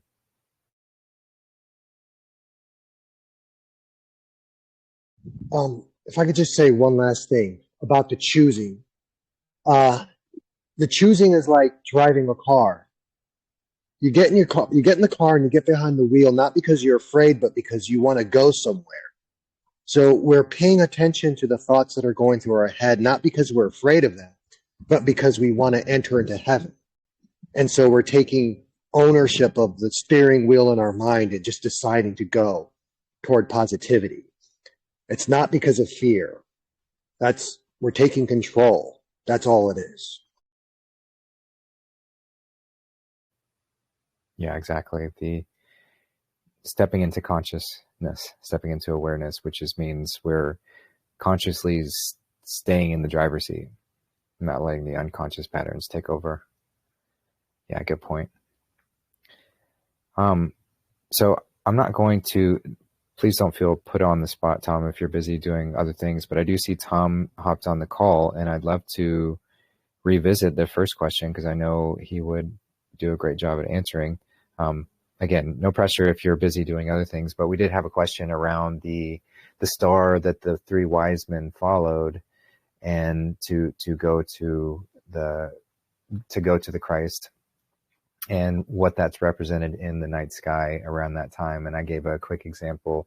I couldn't remember everything from memory, but around the solstice and the sun, quote unquote, dying for 3 days before shifting again. And then that star formation that actually forms a cross in the night sky during that time. But I know you have a lot of beautiful wisdom in that area. So I was curious, Tom, if you have anything more that you could share on the symbolism of the star, especially in Christmas time, and what that sort of represents. Hi, Justin. Yeah, I've just got off a lecture with Santos that was live, so I was just doing some study there. So I've only just joined the call now. Okay, so I do believe that the three wise men are actually part of the belt of Orion, which is the formation that the pyramids are laid out in, the main periods of Giza. They're in line with the belt of Orion, which I believe they are sort of like mythological. They're considered to be the three wise men. And yes, as we come to the winter solstice for the northern or inner ring of the Earth, the sun I think when the sun sets from the 21st up until the 25th, it's visible in the sky, or sort of just visible, the Southern Cross, which where I live, we see it all the time. Out in the southern rings, we see the Southern Cross quite regularly, but I believe it's at that moment or that period of time when the sun stops traveling. Like the sun still rotates above us, but if you look at the horizon, it doesn't change its degree for 3 days or 2.5 days, I believe. Because I think it does the same thing when it gets to the other solstice in Cancer as well. But so then it can be observed that the sun is dying on a cross for 3 days, and then he, on the 25th, he starts to move 1 degree back towards the north, and so hence the sun is born again and the resurrection. So I hope that's I didn't really hear the questions, but trying to answer what you said there, Justin. Let me know if I need to expand on anything. No, that was beautiful. That was what I was looking for. I couldn't remember the cross formation specifically. So thank you so much for explaining that. And again, just the symbolism within these beautiful books of pointing us back to the night sky and all the truth of who we are coming back to us. So thanks again for that. And I'll pass it over and see if anybody else wants to jump in, take us any which direction, or speak on anything that we have already. You're more than welcome.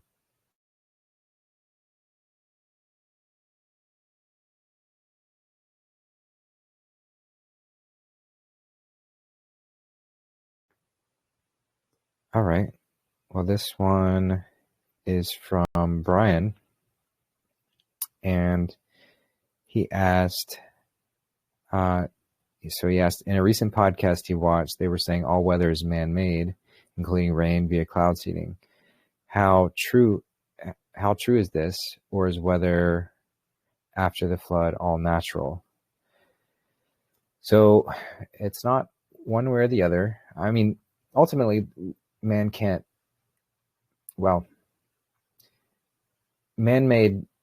there is certainly man-made weather potential, and it's really just steering elements already there, conditions already there on the earth in sort of molding them. It's like the raw materials are there, and if we have awareness of how to manipulate those elements, then we can mold them like you would clay. And there's nothing inherently bad about doing that.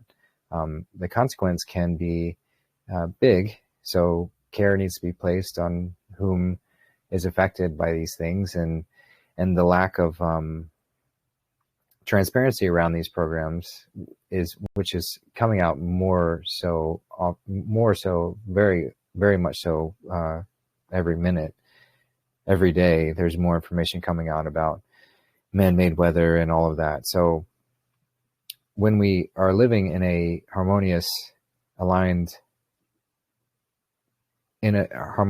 way, then there's nothing wrong with shifting weather patterns to help bring water to people who need it, to shift disastrous things, storms, away from affecting people. And these are all things that we can do without any form of technology other than the highest form of technology, which is us, our bodies, and these frequency emitting devices that we find ourselves inhabiting. So the raw power that we have within us is tremendous. So when we learn to use that in a conscious, caring way, then we'll have that ability to shift and move and bring on the rains to the drought, and soothe the storms so they're not as destructive, and all these good things. So the question is all weather man-made, or is it all natural? I mean, it's a spectrum, and it depends on where you want to draw the line as far as what is quote unquote natural. But yeah, if we're just asking of is conscious thought put into directing weather patterns, yes, often it is, and often unconscious thought patterns are put into weather patterns as well. And that's actually what I've been told is happening in recent years, is most, if not all, of the weather modification programs, at least on the huge earth-wide scale, have largely been shut off. So HARP, HARP, and those systems like that have been shut down and are no longer being used because those were largely been used by the cabal to do their bidding. So those have been shut down. But there are certainly still local level cloud seeding, cloud busting technologies that are used, because the technology is really not even that complex. Like some of y'all might remember the discussions around the Orgone box that Darth built last year. He was able to make a prototype model, not big enough to fit inside, but one that we could use. And he noticed how when that box was placed, which, just a brief summary, that's a box created with alternating layers of organic and inorganic materials. So we used steel wool and regular wool, steel wool being the inorganic, the regular wool being the organic. And you create a cube with these 3 layers of alternating material, and the organic attracts the orgone energy and the inorganic drives it to the center. So through this very simple technology of just a wooden box with 3 layers of, or 6 layers of material, you're able to attract and concentrate orgone or etheric energy into a central space. And he noticed this box was placed out in the back field because you don't want to have it be around other forms of EMF, other energy, because it will collect anything. So if it's an impure form of energy, which most if not all our devices are created to be quite harmful as far as the energies that they emit, you don't want to capture those and concentrate those. You just want to have the natural organic energy all around. So it's placed out in the backfield, and we would never take our cell phones out near it. And he would notice some days where there seemed to be like a strange cloud formation that just hovered right above the box. And it makes total sense, because what Willem Reich, who sort of reestablished this technology, is ancient technology, but reestablished it, was able to create cloud busting and cloud seeding devices that used very similar, the same technology, just sort of arranged in a different way. And then you could either attract clouds, attract rain, or disperse them, depending on how you configured it. So that technology is pretty simple. And I've even heard of simply taking a giant pot of boiling vinegar has the ability to bust clouds due to the some way of the energetic, or it might even just be the physical dispersion of boiling the vinegar creates the dissolution, or leads to a dissolution of clouds, or spreading out the clouds. I know somebody who used that and was able to sort of stop a rainstorm by having this giant pot of vinegar boiling out in the middle of a field. So there's very simple technology. So all to say is that while at the highest levels, the sort of nefariously built programs that do it on such a large scale have largely been shut down, there's still plenty of local governments and corporations and people who have made devices and things that can do these kind of stuff.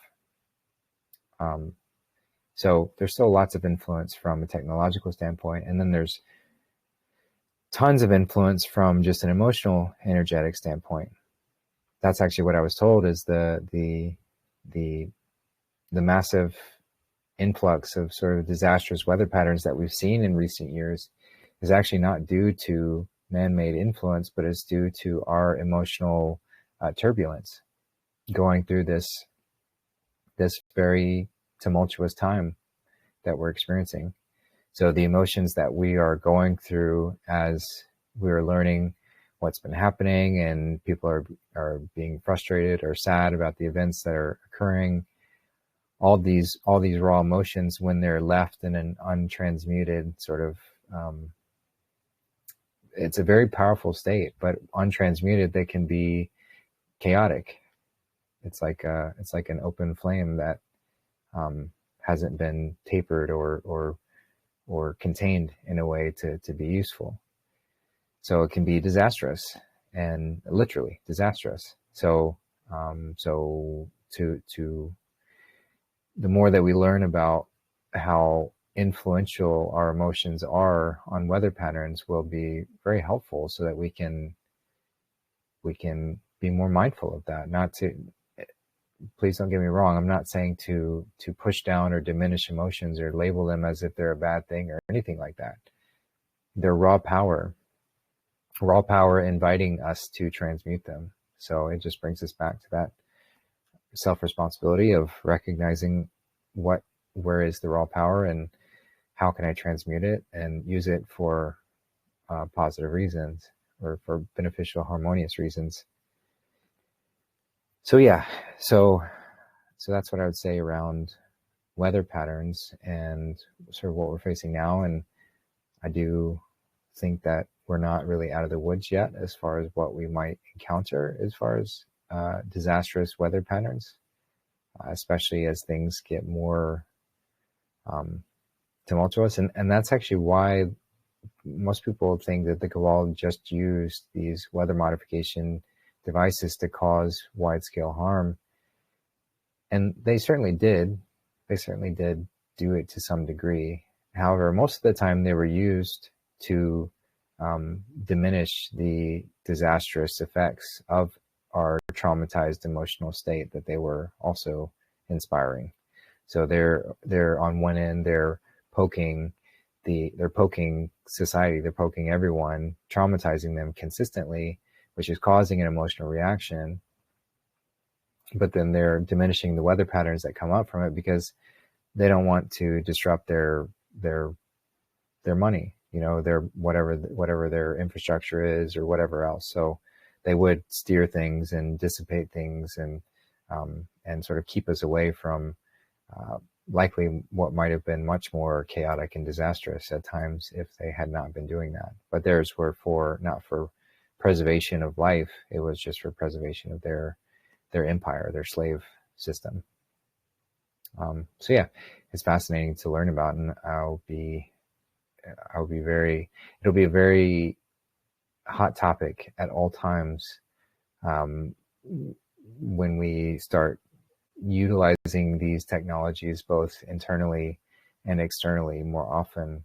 And where do we draw the line, and how well can we work with our neighbors who are all influenced by the same weather patterns, and not be depleting from someone and steering in whatever direction. But naturally the earth is very abundant, and so we can easily find the harmonious way of making sure that everything, all raw power, all raw forms of, because weather patterns are just like the earth's representation of raw emotional power.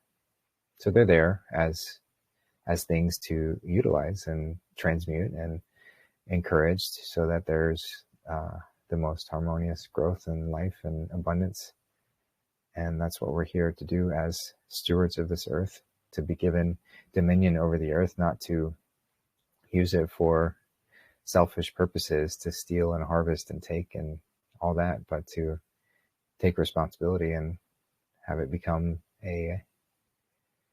to be the good steward, the good shepherd. So anyway, that's my thoughts on weather patterns, and I will just pass it over and see if anyone else wants to jump in.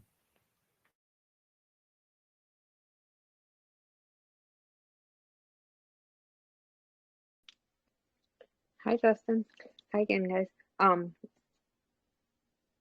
That's interesting that you say that, um, because as of late, Zach, the gematria guy who's did a podcast for like the last 13 years every single day and written many books.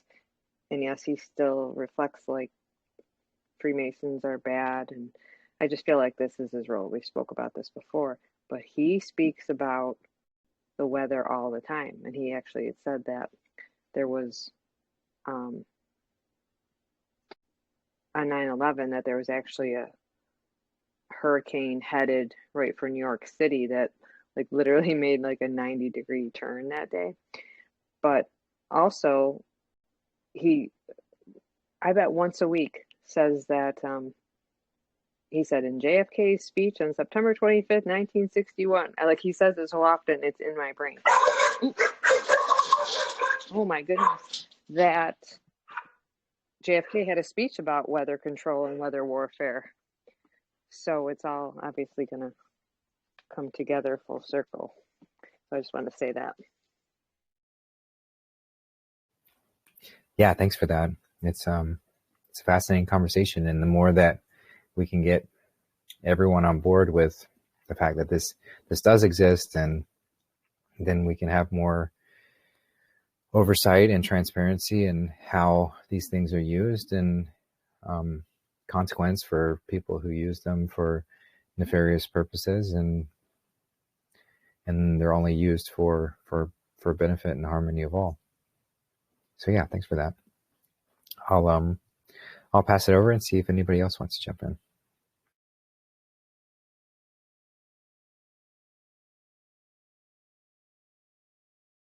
Just kind of had a beautiful moment today. I was very busy all day, just running nonstop. And just right after your show started, I was on the way home, and I finally had like a moment of semi-tranquility because I pulled over to pump gas. And so I'm putting $40 in. And it takes a minute. And I'm in upstate New York, and it's just been overcast all day. I didn't see the sun. I might have seen the sun a little bit in the morning. But after morning, it was just overcast. Really cold and bitter, but it was still like a really good day. It was just very active. And I finally had a moment of serenity. And so I'm just kind of meditating quietly to myself. And I was holding I had a crystal in my pocket, and I was just kind of holding on to that crystal and focusing on that energy and just focusing on the inner peace. And then all of a sudden I felt like warmth. I had my eyes closed, and all of a sudden there was a light, and I felt the warmth on my face. And I opened my eyes, and there was a break in the clouds right where the sun was. And so there was like this sunbeam coming down and shining right at the perfect angle that it broke through the hills, through the trees, under the overhang of the gas station, and just shone right on me at the perfect angle. And I could just feel the warmth for the first time all day, right in that moment. And it felt so good. Not that it was a massive change in the weather, but the sun came out and as soon as I was done pumping the gas, then the sun disappeared, went behind the clouds, and it was like perfect timing. And it just felt like such a divine moment. And so I'm just expressing gratitude for that moment.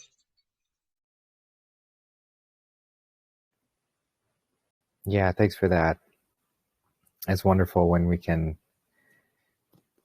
tap into the effects that we have all the time around us, and how the divine responds to us when we are open to where she's moving. So yeah, that's a beautiful story. Thank you for sharing that.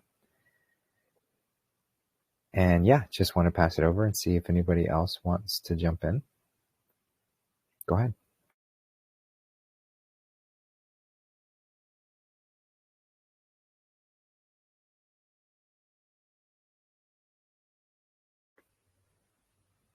All right. Well, here is a written question from Rowan, and I'm hoping I'm getting this question correct, but he sent me a video about how the U.S. military is moving into other spaces and going, striking down cartel boats full of fentanyl and other drugs, and even going into other countries, and which has been the case, but now it's like much more in the news cycles, because I believe they're seeding the consciousness with what does a Christically aligned military force do in a world, and this is what the military should have been doing for forever, actually working for goodness instead of allegiance to some country and some, it's just for goodness, just against evil, wherever evil is. So that's how they're operating in this moment. And so it's creating a lot of dialogue around where should the line be drawn, even in this country, with like the National Guard moving into DC and then to Memphis, and now it's looking like it's going to go into New Orleans, and still talks about Chicago and all that, and the discussions around, is this constitutionally correct, or what should be happening here? And of course, you've got the talking heads from a more left perspective that are very much against this, and presented as if it's this overreach of military force, and we've got to be conscious of falling into an oppressive fascist dictatorship and all these different things. So I believe Ron's question, and correct me if I'm wrong, Ron, but it was around how can we explain what's happening without seeming forceful? Like, how can we, to others who are watching, how can we explain what is going on here without coming across as if we're encroaching on people's freedoms? And I will say it's challenging because of the trauma that we have faced, and the examples throughout history that situations like this have been fully taken advantage of, where the problem, reaction, solution was used to invade people and create more control and domination. And so it's challenging to combat that mistrust that people really should have of how that should be used. And so I would say I personally don't spend too much time on this topic by those who aren't really willing to engage with it, because it does require a bit of awareness around the larger plan at play, and this good versus evil that's been going on behind the scenes, and how even the things that seem like they are happening for it's all smoke and mirrors at this point. Largely, most of it has already been done from a physical standpoint, and we're seeing the after effects of it. So who knows if any of these, like boats being destroyed that are supposedly smuggling drugs, who knows if those videos are even current, or if those videos are even real, of real people. They might be. They very well might be, and they could be, and I'd still be in support of it, because if you're supporting a drug infiltration that is killing hundreds of thousands of people, or at least thousands, yeah, I mean, that's a direct attack, that must be stopped. That's a weapon of mass destruction. So even if that is happening currently, then how can I describe that without seeming forceful? I think just to put things into perspective of, like, do we really want our military just to do nothing when those kind of things are happening? When we have direct experience that if nothing is done, this is the wide scale harm that does occur, and these are all the lives that are lost. And the argument is like, oh no, we shouldn't be doing that because we should be protecting these drug smugglers to give them their due process.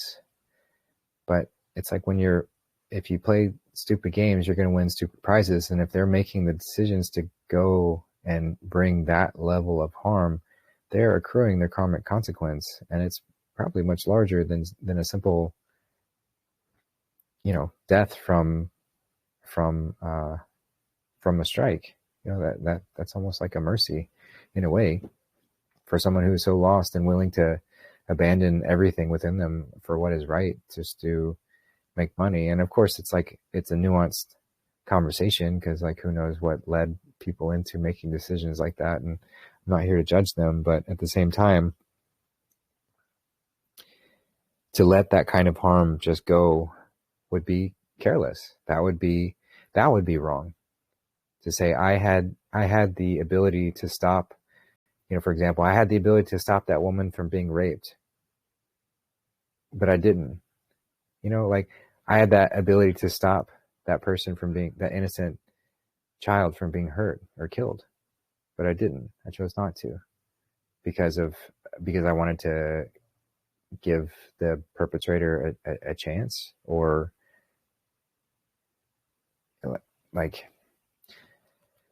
we've gotten very soft in how we approach wide-scale harm and evil, any form of harm, really. And I'm not saying that we need to be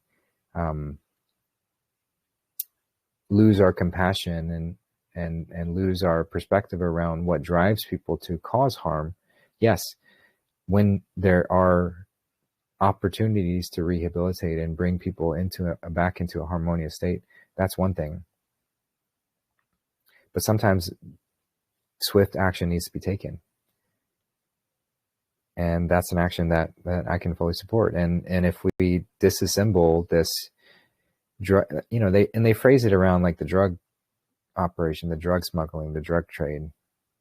But we know there's other layers to the human trafficking layers within this as well. So they're overtly showing the process, whether it's happening now or it happened in the past, and we're just seeing snippets of it as if it is happening now. It doesn't matter. They're illustrating what that process has looked like, of targeting the network of wide-scale trauma from the satanic powers, targeting their network of distribution of drugs and children and women. It's so,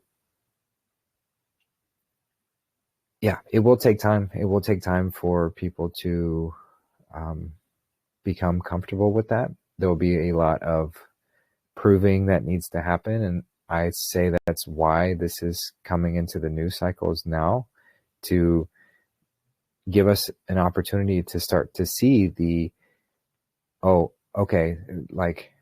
I might have not trusted that this was going to be done for good purposes, but then here's Washington, D.C. safer and cleaned up better than it ever has been. So where I might have thought that, they were going to use this power for evil, here they used it for good. Darth, did you want to jump in real quick? Sure. So in the discussion about Venezuela, so Venezuela was a captured nation state. Actually, for a while, it was actually run by the deep state through Cuba, and it got so bad there that Venezuela actually used to have more oil. They actually have more oil than Saudi Arabia. They were a very wealthy nation state. But once the deep state took over, they ran it into the ground. The parasites took over, and they just ruined everything. They embezzled everything. They money laundered everything, and the conditions for the common people just got worse and worse. And even for some of the successful businessmen, they were, they would get approached by these by the deep state cabal in the area, and either capitulate and allow your business to be used to money launder, or die and watch unspeakable, horrible things happen to your wife and children. And there was a case of a businessman where he could see the direction that the wind was blowing, and he got that knock on the door, and hey, that's a beautiful wife and daughters that you have there, and it'd be a shame if something, if they happen to have an accident with a train of men. And so he, immediately, as soon as he could, he left everything, and he walked for weeks, just with what he and his wife and his daughters could carry through the jungle until he got to the next country over, and then he came to America legally to escape that. And for a good couple years, had to do just manual labor here in America, not nearly the prestige that he had back home, just to escape what was happening to his country. And after the food supply started to dry up back home, what he started to hear, and reports that have been coming out of Venezuela, was that the dogs and the cats were starting to go missing because the people were so hungry and there was no food that's what they had to do. And then after the dogs and cats got eaten, there was a rat explosion because the dogs and the cats were eating the rats. But then the rats and the field mice have disappeared because the people are so hungry. And so that is the conditions in Venezuela. And so, and that's where the fentanyl factories and the fentanyl coming from China is being shipped through. And the fentanyl is a weapon of mass destruction. It's not like marijuana, where you have this consistent thing coming through, and the people that are overdosing from fentanyl, it's not that they have zero self-control and it's just an accident. But what the deep state, the enemy of America, is doing is that they gradually decrease the potency of the fentanyl. And so the drug users, they get used to using more and more and more to achieve the same consistent high. Because the people on the street, they figure, oh, I can use this much fentanyl and it's okay. And then what they do is they slip through a shipment of super potent fentanyl. And then when the drug user uses the same amount, they're just dead. So this is a weapon that is being deployed on the populace of America. And what's happening to the poor women and children in Venezuela is horrific. And these are good people that are suffering. And so the white hats are going to go in there and they're going to save those people, and nothing's going to stop that. That's going to happen. And after Venezuela, I'm hearing Africa, Southern Africa is next on the list. And what's left of the deep state in South Africa, well, their days are numbered. We're going to save the people and nothing's going to stop us. And nothing's going to stop the white hats and this Christic force that has woken up. It doesn't matter if people complain or not. It's happening. And it should happen. These poor women, feminism teaches them that, oh, when civilization ends, they're all going to turn into Sarah Connor from the Terminator, and they're all going to, rise up. But that's not what's happening to the poor women of Venezuela. They're having to prostitute themselves to the neighboring countries.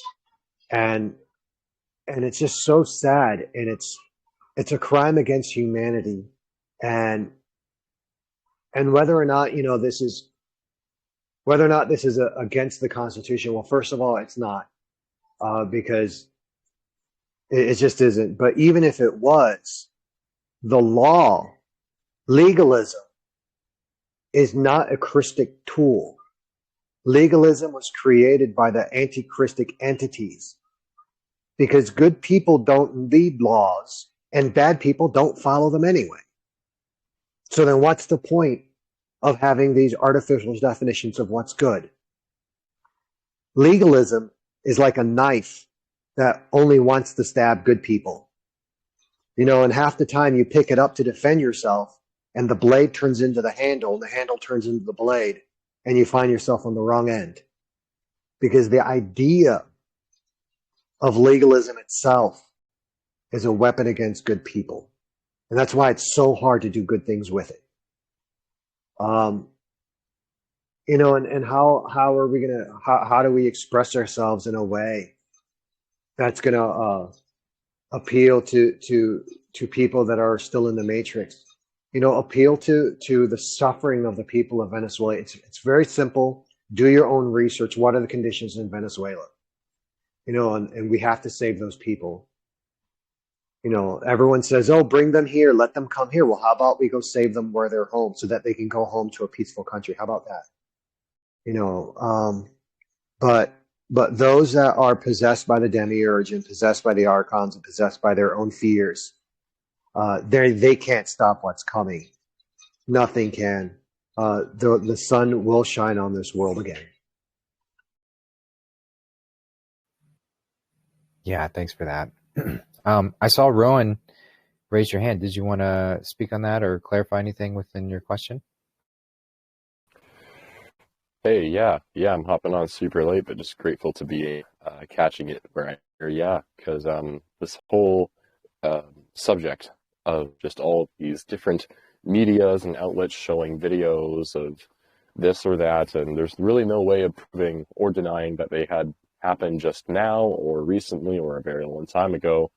And that's where it's like a reminder, because I sent you this, I think, on Messenger to like talk about it more, but I had a lot of time to think it over. And it's like coming back to the same thing over and over again, and it's infuriating because it's like I forget, and I think we all kind of go through this where we already have a lot of answers, and it's just that we're impatient with the answer, and it's needing to know when this is going to happen. And a lot of these talks, I think, we're all bringing up things like, oh, when is this supposed to happen or that, and we always know that we're never gonna get an answer, yet we keep asking, and I just keep trying to figure out, like, how can one just not be so distracted by the outside when, I mean, to raise other people's awareness of what we're aware of, they kind of have to watch it, and they're going to go through the process of the whole, like, figuring out, oh, this is an old video, or it could be an old video, or this situation, and like what we're talking about here with Venezuela, like,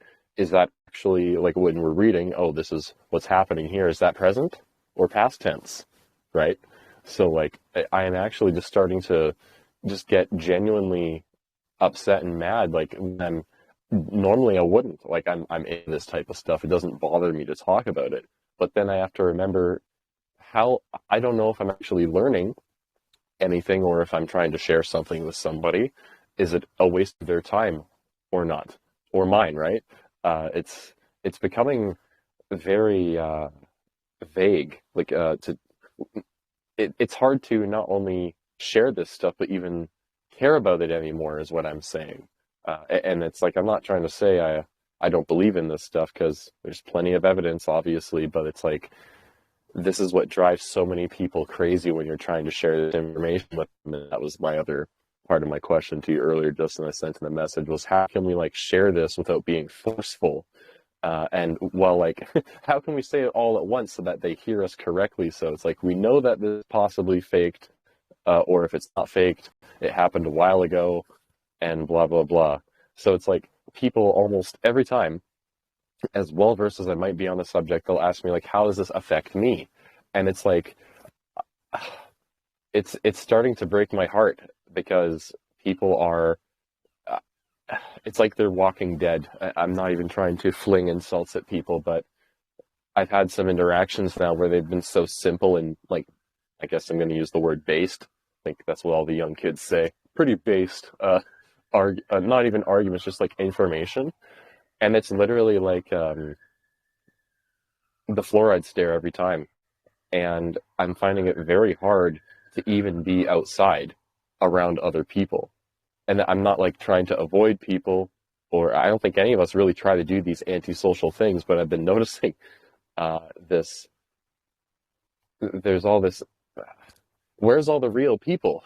Because we're all here in this chat, but I'd really like to see you guys in real life sometimes, So that's something I've been wanting to also add to this end of the question, is how can we not only be not forceful and, the opposite of what we intend to be when we're sharing all these different types of information, whether it's about going plant-based, saving animals, not eating them, not killing anything, blah, blah. It's that I have gone into all of these conversations, or tried to, with people, and it's like I'll try to open with asking questions, or being just more like reciprocal before I have even finished what I'm sharing, right? It's like you try to find out about them, be like a good people person, not a people pleaser, right? Like a difference.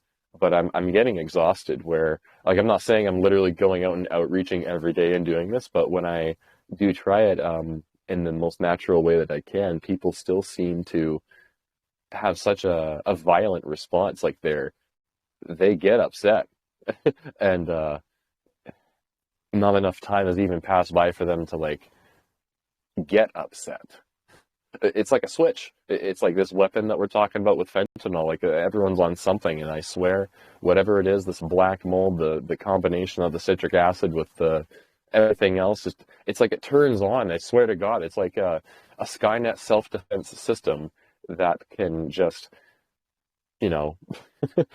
figure out when you're trying to help the person, and then it's like that radio broadcast just comes back on. It's kind of like that movie Cell, if anyone's seen that. It's a good movie. I highly recommend that people watch it. Yeah, it's a pretty good one. Yeah, that's the end of my question. How can we communicate with people who are almost like robots and they're dead already? Because I refuse to look at my neighbors and think that they're hopeless. So yeah, I'm going to end it there. I'll keep talking if I don't stop now. Thanks, guys. Yeah, it's a great question. Thanks, Rowan. And thanks for clarifying what you meant.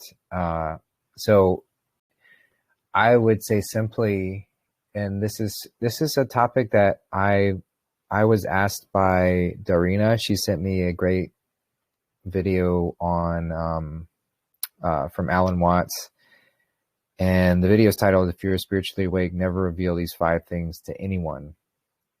And just I'll share it in JC Family, but the simple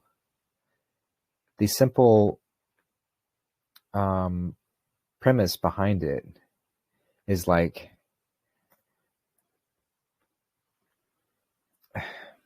it becomes so enticing to want to share when we have experienced some form of awakening, because of the gifts that we've received through it, whether it's the gift of hope to lead us out of despair, whether it's the gift of life when we're moving away from death, regardless, whatever it is, it's a huge gift and we feel it. And so we want to share, we want to give people the same gift because we love and we care.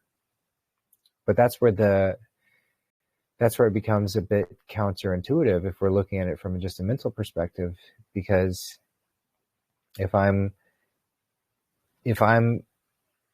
reaching out to somebody with information that they don't want to hear, that energetically they're not ready for, and you ask, like, how do we do this without seeming forceful? Well, it's almost like not do it at all, or not do it without them leading.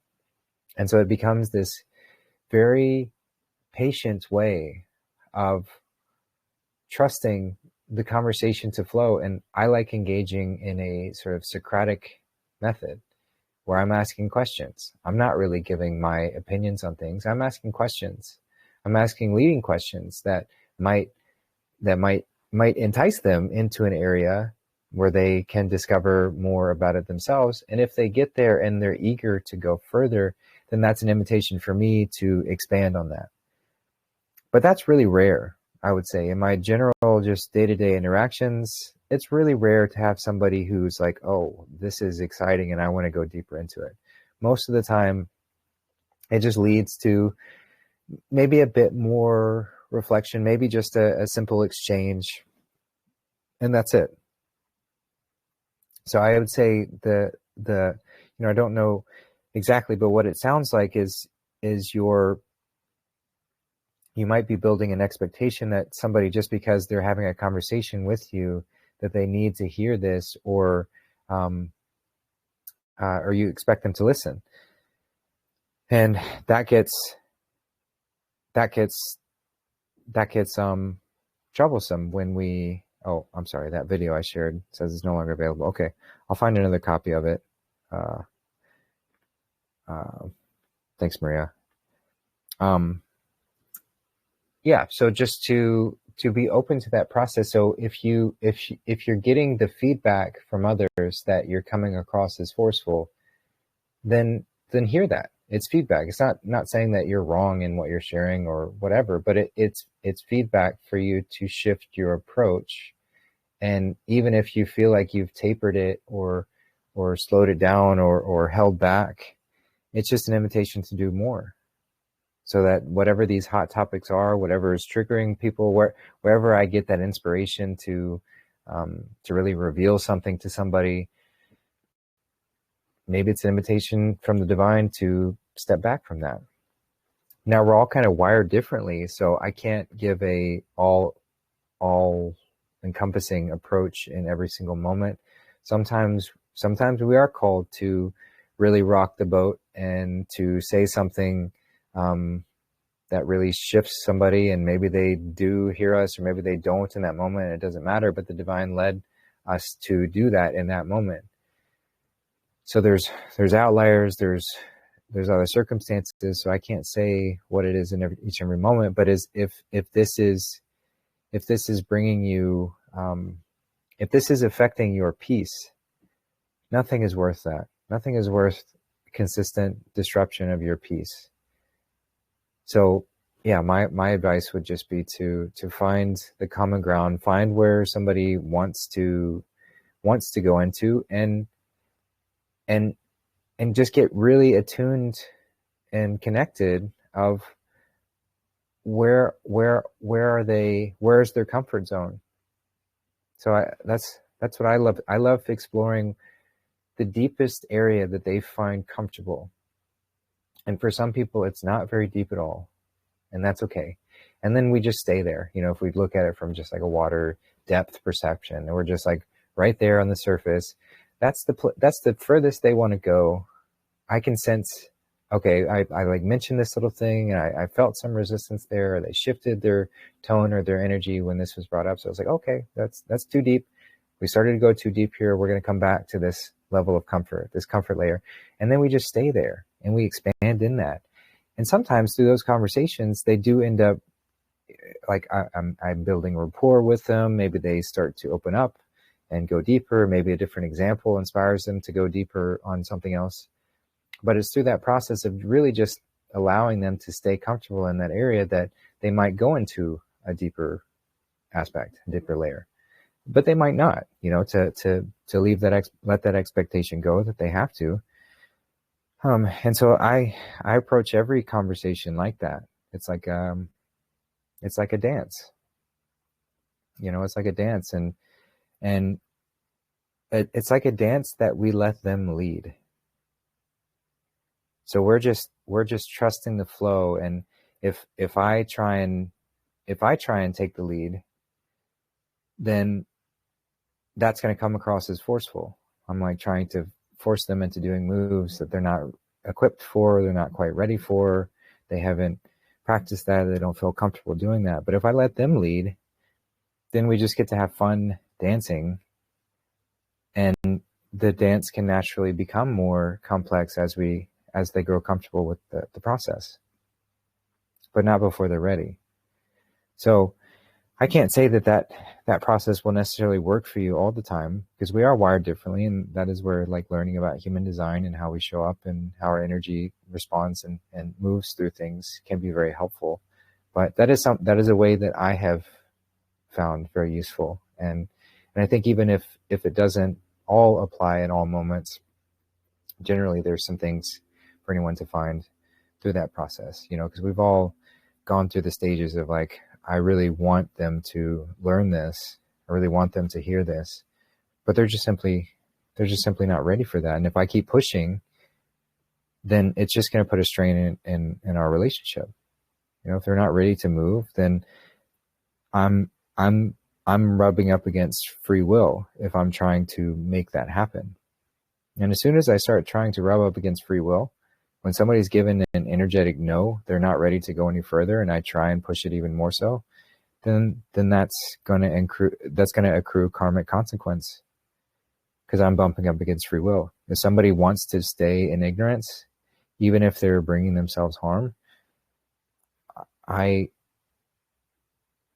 should probably let them do that, because if I try and make them do anything otherwise, that's just going to bring karma onto me. So it's it's a dance. At least that's how I like to view it. But I hope that helps. I'm happy to. Yeah, I'll pass it back to you and see if you have any thoughts on that.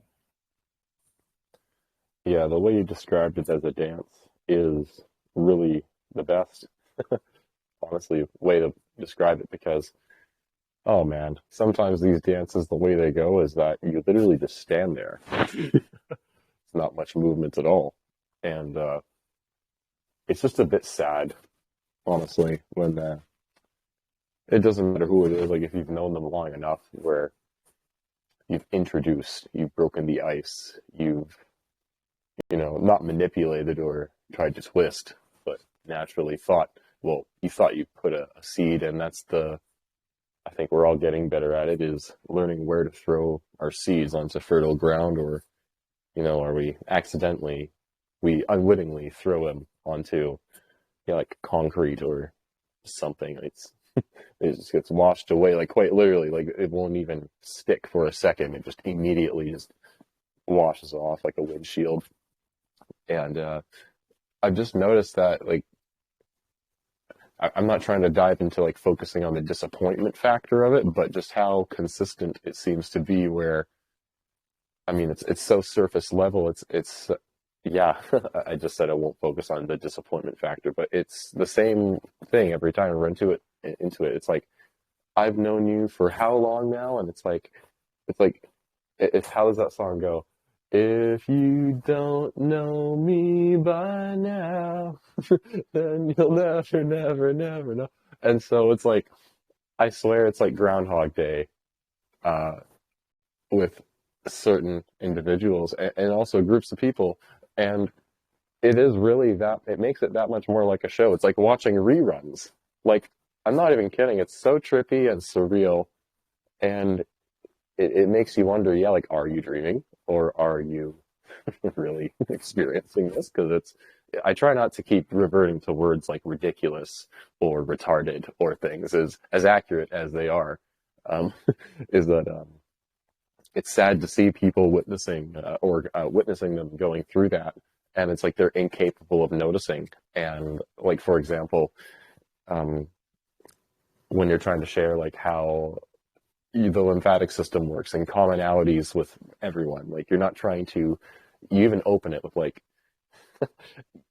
I'm not trying to generalize, and you use better vocabulary than that, it's much stronger. That was just you're a group I can talk to a little more differently. So that's what I'm basically getting at. And they're like, and I swear to God, it's like, just close your eyes right now, everybody, and imagine just they're normal, they're acting like we are, listening to whatever the person that's speaking is saying, and then just something about that thing that person says, they bring it up, and it's like this defense mechanism, like an agent, like a KGB or some kind of sleeper cell thing, just like turns on the moment it detects it, and it's just like, and just like a radio buzzing, like the sound just like cuts into their brain, like just fucks with them.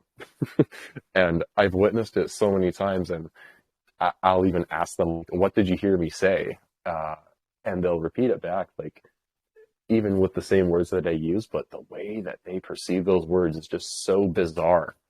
And you mentioned it greatly, like, are we or if you pick up on brushing up on their free will, that like you're already like incurring karma, like karmic debt to you. And like, I was watching it real time in all these different situations, and it's wild because I think I'm on top of it, and that makes it even more like a show, like I'm watching myself, not only myself like a hawk. And I'm not trying to sound paranoid here, I'm really just being honest. And it's like, it's just doing your best, right? I think this is what a lot of us do, and it is crazy. It's like you wish you had a camera recording, like, to show them, like, how are we getting, I don't know how you're frustrated, or I don't know how you're now angry at me.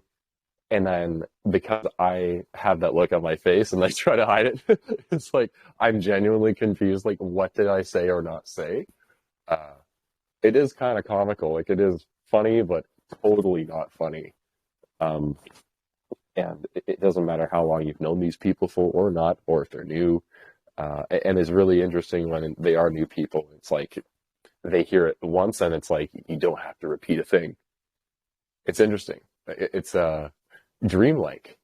I don't know how else to describe it. And so I'm just trying to sharpen my acuity and how to, like, identify when I'm wasting time and energy or not, and also infringing on someone's free will. And it's like, how can you be so psychic to pick up on that? Because so long as we're humans, we have imperfections and flaws. And I've had, I've run into enough of these spiritual people too, who claim to be, whatever, all spiritual, and they criticize. They're so quick to say, like, how you basically don't have this ability yet. It's like a high level character you run into on a video game, and it's like the dialogue is like, like, I'm way up here, and like, you're just way down there, like, because you straight up haven't gotten there yet. And I swear that's how these people hear me speak to them, as level and, like, I'm careful to not speak to them like they're a baby or something.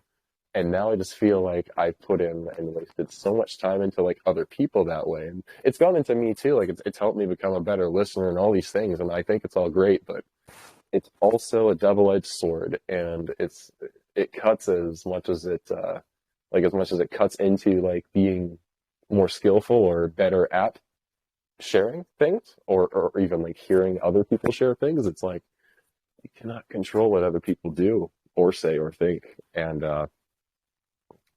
it's really hard to have any type of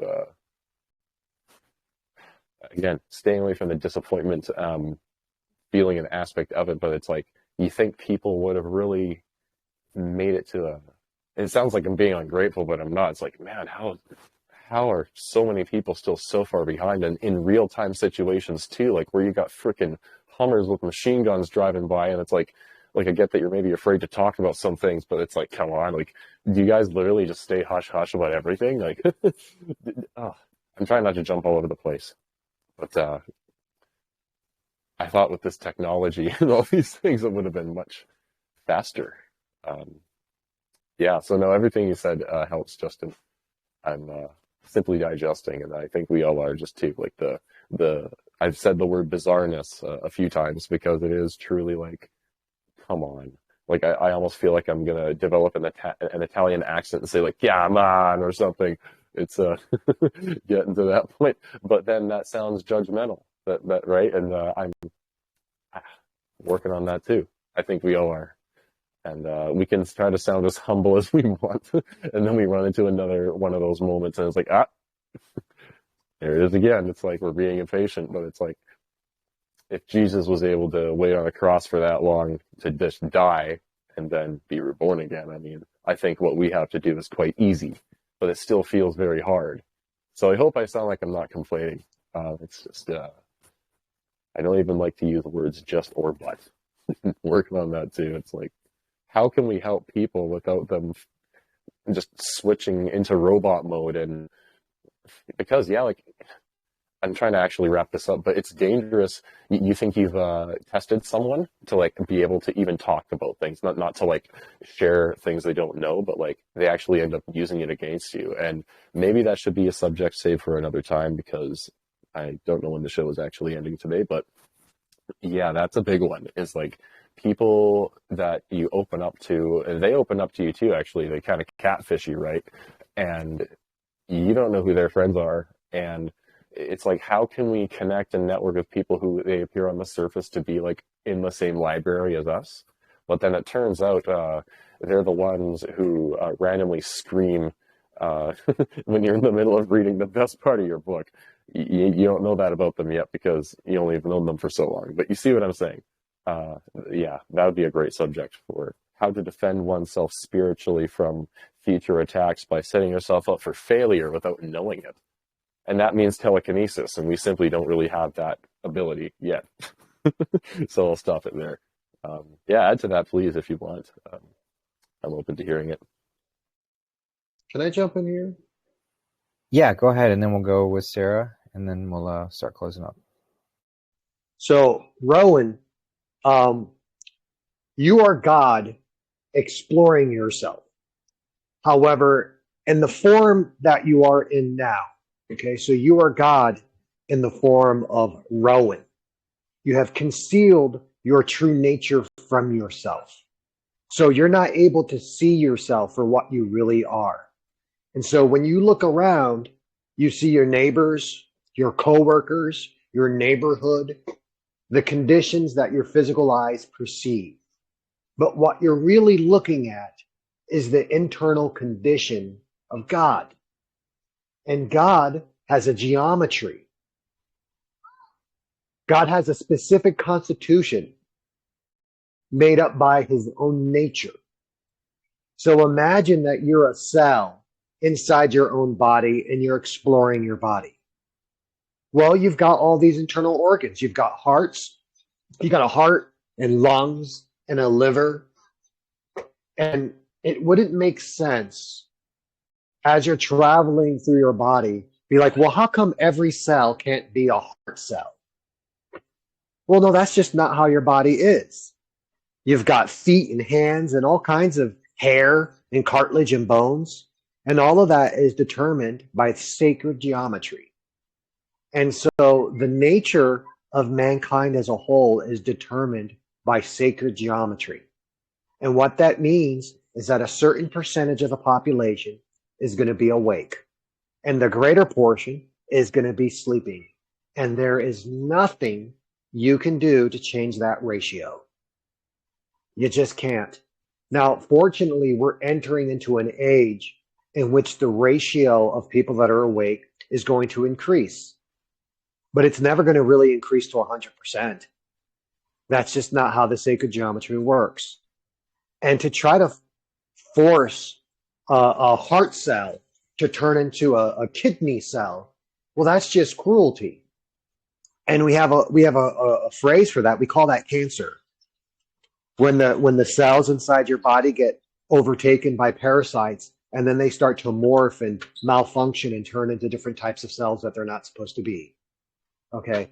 And so our job as we go through our life and we encounter all these different types of cells all around us, we're not trying to force people awake.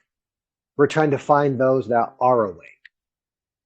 And when we show love, or when we remain love in all our states, then the love in our hearts will resonate with the love in the hearts of those around us.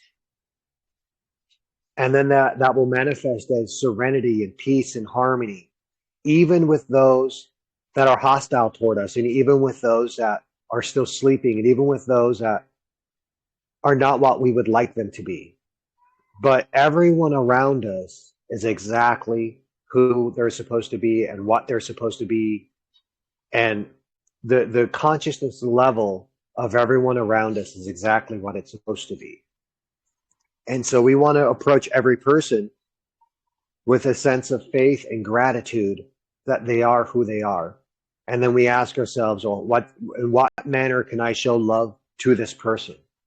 And perhaps the manner and love that we're going to show to this person is to have no contact with them. Maybe that's the highest form of love we can have with that person, is to turn around and walk away. And fortunately, most people will be able to have some sort of positive interaction with them. But when we do find someone that is awake, well, then we cherish that person and we form a deep connection with that person, and we have the best relationship with them that we can. And we network with them, and we form organizations with them, and we form families with them, and we move forward into the future, and we take control of the earth with those individuals. But even if we were to, even if we had the power of executing everyone that's asleep, like if there was some way we could test, oh, this person's asleep, this person's awake, and we execute everyone who's sleeping, then what would happen is the sacred geometry would take a hold, and the correct percentage of the population that's supposed to be asleep, that percentage would fall asleep. And that is that's a safety protocol built into the construct of reality to make sure that those that are awake can never be eliminated. Because even if you kill everyone that's awake, the sacred geometry will wake up the correct percentage of the population. And that's what's happening now. That's the Great Awakening, is that the ratio is rising and it's correcting itself. And so if you're experiencing a great deal of frustration with your interactions with the people around you, that might be an indication of some sort of disharmony with the way that you're navigating inside of God, because that's where you are. You are God inside of yourself, interacting with yourself. And your environment is determined by sacred geometry. And a certain percentage of the people that you meet will be awake. And it's going to be like 1 out of 55,000 or some ridiculous number. And that's just the way that it is. But that is the best way that it can be. Because then when we do meet someone that's awake, it's precious, like finding a diamond or pearl.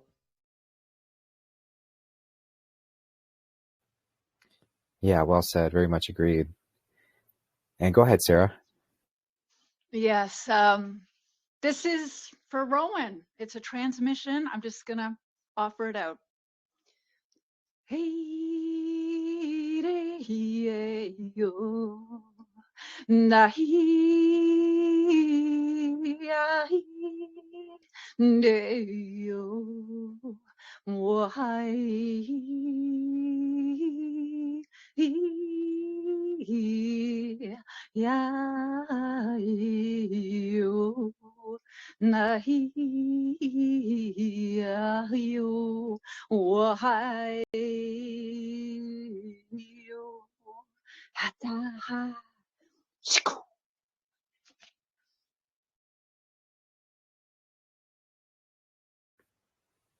Thank you. Yeah, thanks, Ron, for the great topic. And yeah, it might be something that we expand on even further in a future talk. Because it reminds me of one of the presentations, I can't even remember which one, from the Awaken the Christ Within Summit, where they talked about how part of the path of the Christ is persecution. You know, it's part of it. When we start walking this path, we're naturally going to be, especially in this reality that we're living in, where it's largely dominated by an anti-Christic creative essence, persecution is going to be part of it. So knowing that, it kind of helps to take the edge off a little bit. It still hurts every time it happens. It's not necessarily fun to go through, but it does, in my experience, help to soften the blow a little bit and just know I'm not really interacting with them. They are responding from the unconscious, demiurge that's still living within them, and that's what's lashing out and trying to snuff out my light, because the light that I'm showing is exposing all the darkness within them that they've allowed to fester and grow, and so they're left with a choice. Just by us being around them, they're left with a choice of, do I look in the mirror and see why I'm uncomfortable and recognize that it's due to me and what I've allowed to fester and grow within me? Or do I attack you and try and cast you down and try and, break you? Because if I can break you, then I don't have to self-reflect. So just as Dart said, sometimes the kindest thing is just stepping away, and Ieshua even said that to the disciples. He was like, don't go to the places where they cast stones. don't waste your time there. You know, as soon as we, and I get it, it's hard to always determine where somebody is, but that's where our discernment growing helps, and we get better at picking up on the signs. And well, I'm not suggesting to not be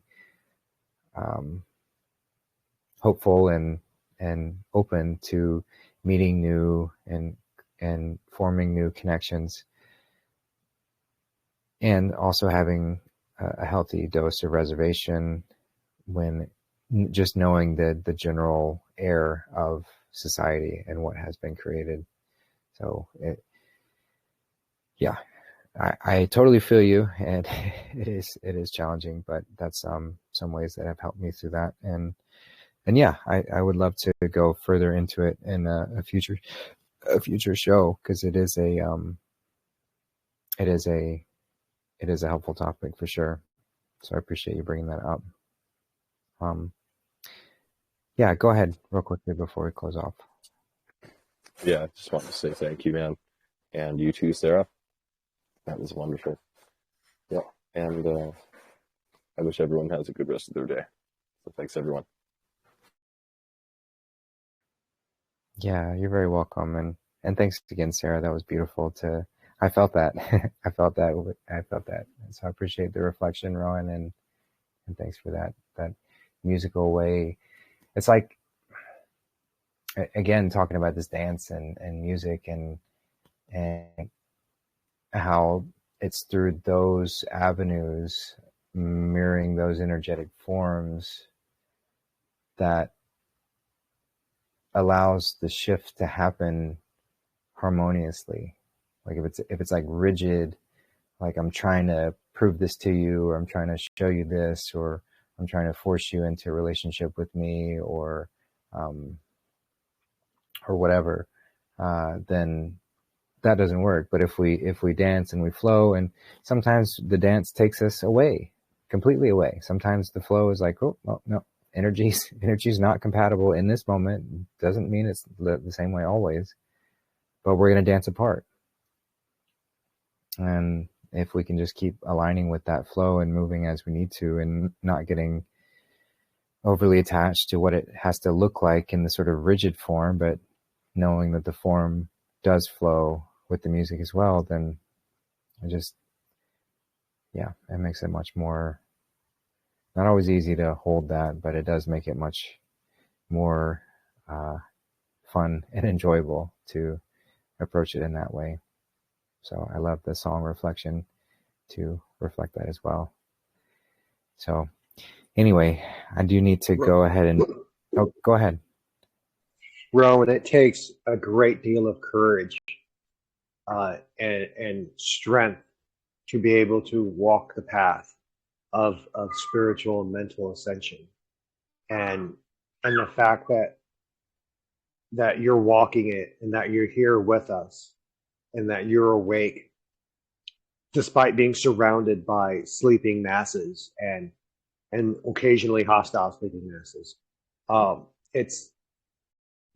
grateful that you're here to have this conversation with us, because it's encouraging, and holding to that path helps everyone, even those that are sleeping, to raise their vibration, even if they're not aware of it, just to maintain the frequency and maintain your personal integrity and maintain your conviction of the direction that you're going in and who you're going to be.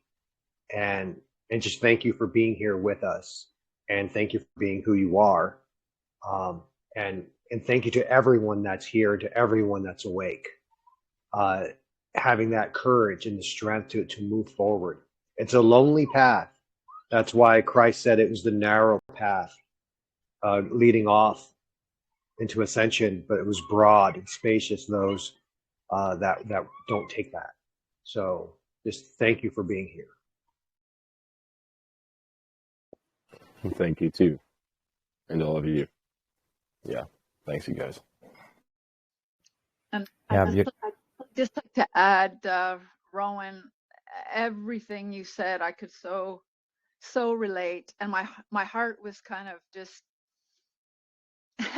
pulsing, I guess, and I that's why I felt like just to offer like a sound transmission, because I don't even think I could put into words how much I related to what you were sharing. And it is actually okay to complain. And for some people who haven't been allowed to complain, it can be actually healing. I mean, you don't stay in a state of complaining or complaint, but it is okay to complain. And yeah, anyway, be easy on yourself, and thank you so much for everything you shared. And have a great week, everybody. Agreed. 100%. Yeah, thanks everybody. Really appreciate this, and what a beautiful closing to the show today.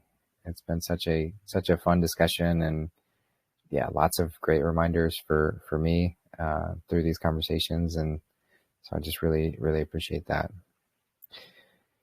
So yeah, as I typically do, we're going to close off with 2 more songs from the artist that I started off with, which is My Morning Jacket. And so I just want to do a quick lyrical go through just so you can have at least my perspective on the words shared.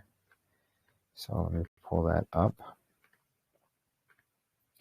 So the first song that I'm going to play is called Big Decisions, because we are always faced with big decisions, and well, especially those who are aligning with their true Christic nature.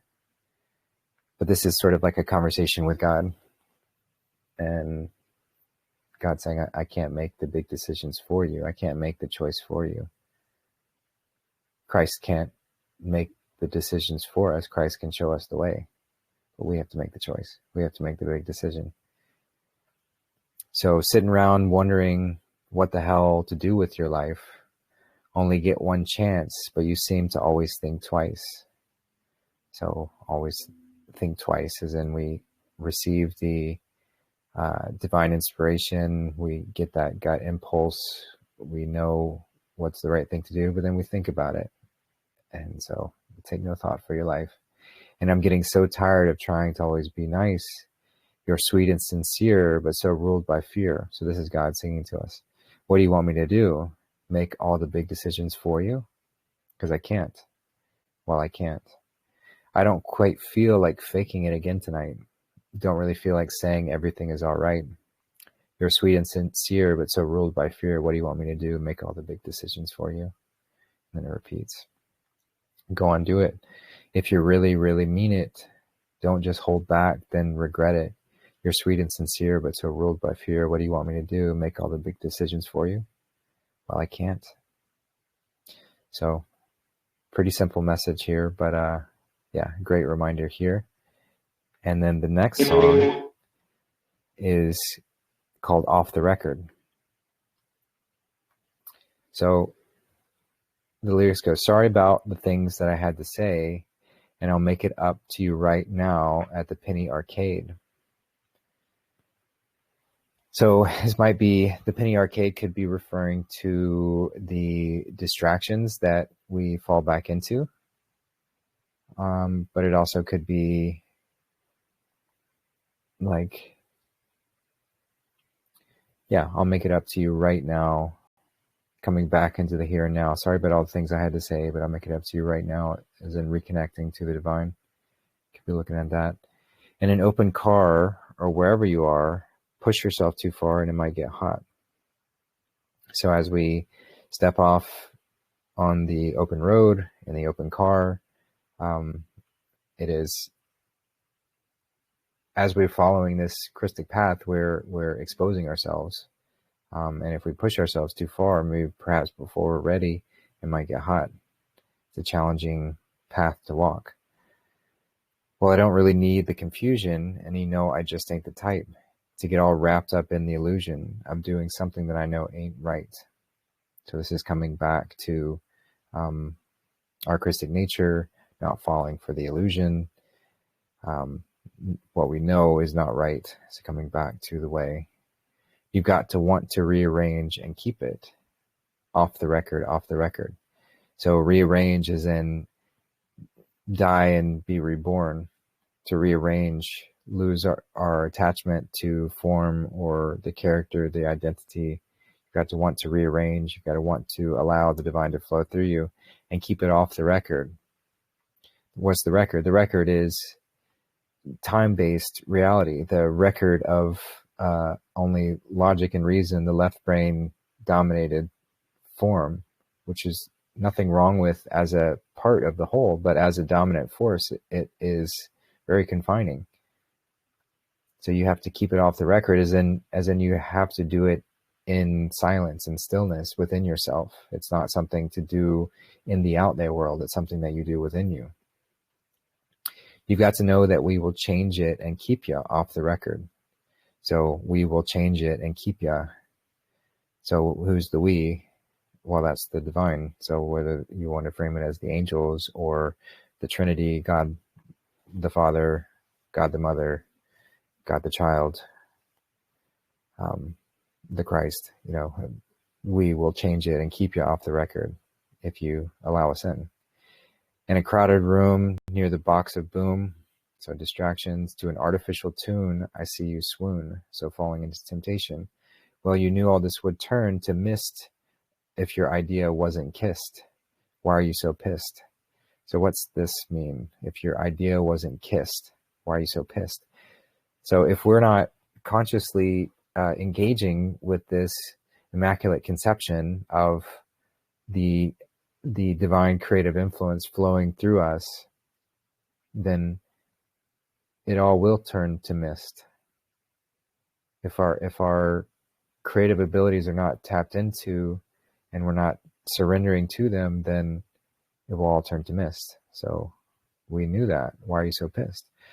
Well, I know you don't need the confusion, and I know you just ain't the type to get all wrapped up in the illusion of doing something that you know ain't right. You got to want to rearrange it and keep it off the record. Yeah, and then it repeats from there. So yeah, get ready to rearrange and keep it off the record, as in keep it within. So yeah, those are those two songs that I'm going to place out with. I hope everyone had a great time today, as great as I did. I really appreciate all the conversations today. I just want to give a heads up. I'll do an announcement, but I'm likely not going to do a show next week. I'm just sort of feeling called to, just sort of go still and slow down for the week leading up to the solstice, which is sort of naturally what we're called to. And so I might not be doing this show next week, just to have more time to focus on what I need to get done, and just being, and rearranging and keeping it off the record. So it's fitting to shift to that. So just wanted to give a heads up that we might take a pause next week and then likely resume after.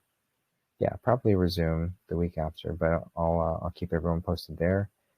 And as far as watch parties, I do want to finish the Welcome to Derry, because we just have 2 episodes left to finish that season. So once that new episode releases on Sunday, I might do one next week, but probably we'll just do one more watch party before the solstice, before Christmas. So yeah, just wanted to give you all a heads up on that. And yeah, but stay tuned for a lot of exciting things coming down the pipeline starting in January and beyond. As I mentioned, got a couple people lined up to do podcasts with from the Christ Summit, and I'm hoping to reach out to many more of them. It's a great group of people, a lot of wonderful topics discussed, and I'd be happy to jump into the mix and chat with them. So yeah, looking forward to that. And I hope y'all have a wonderful evening wherever you are, or day, whatever it is to you, and just enjoy yourself and enjoy this time. If you're in the central central hemisphere, then this is about that time of stillness and just being. If you're in the outer realm, then it's a more engaging, activating time as you're coming into summer. So wherever you are, just tap into the flow of energy that's moving around you, shifting through you, and ride that wave wherever the wave is leading you. So sending out love, big hugs to everybody, and yeah, enjoy these songs, and we'll talk to you next time. Bye, everyone.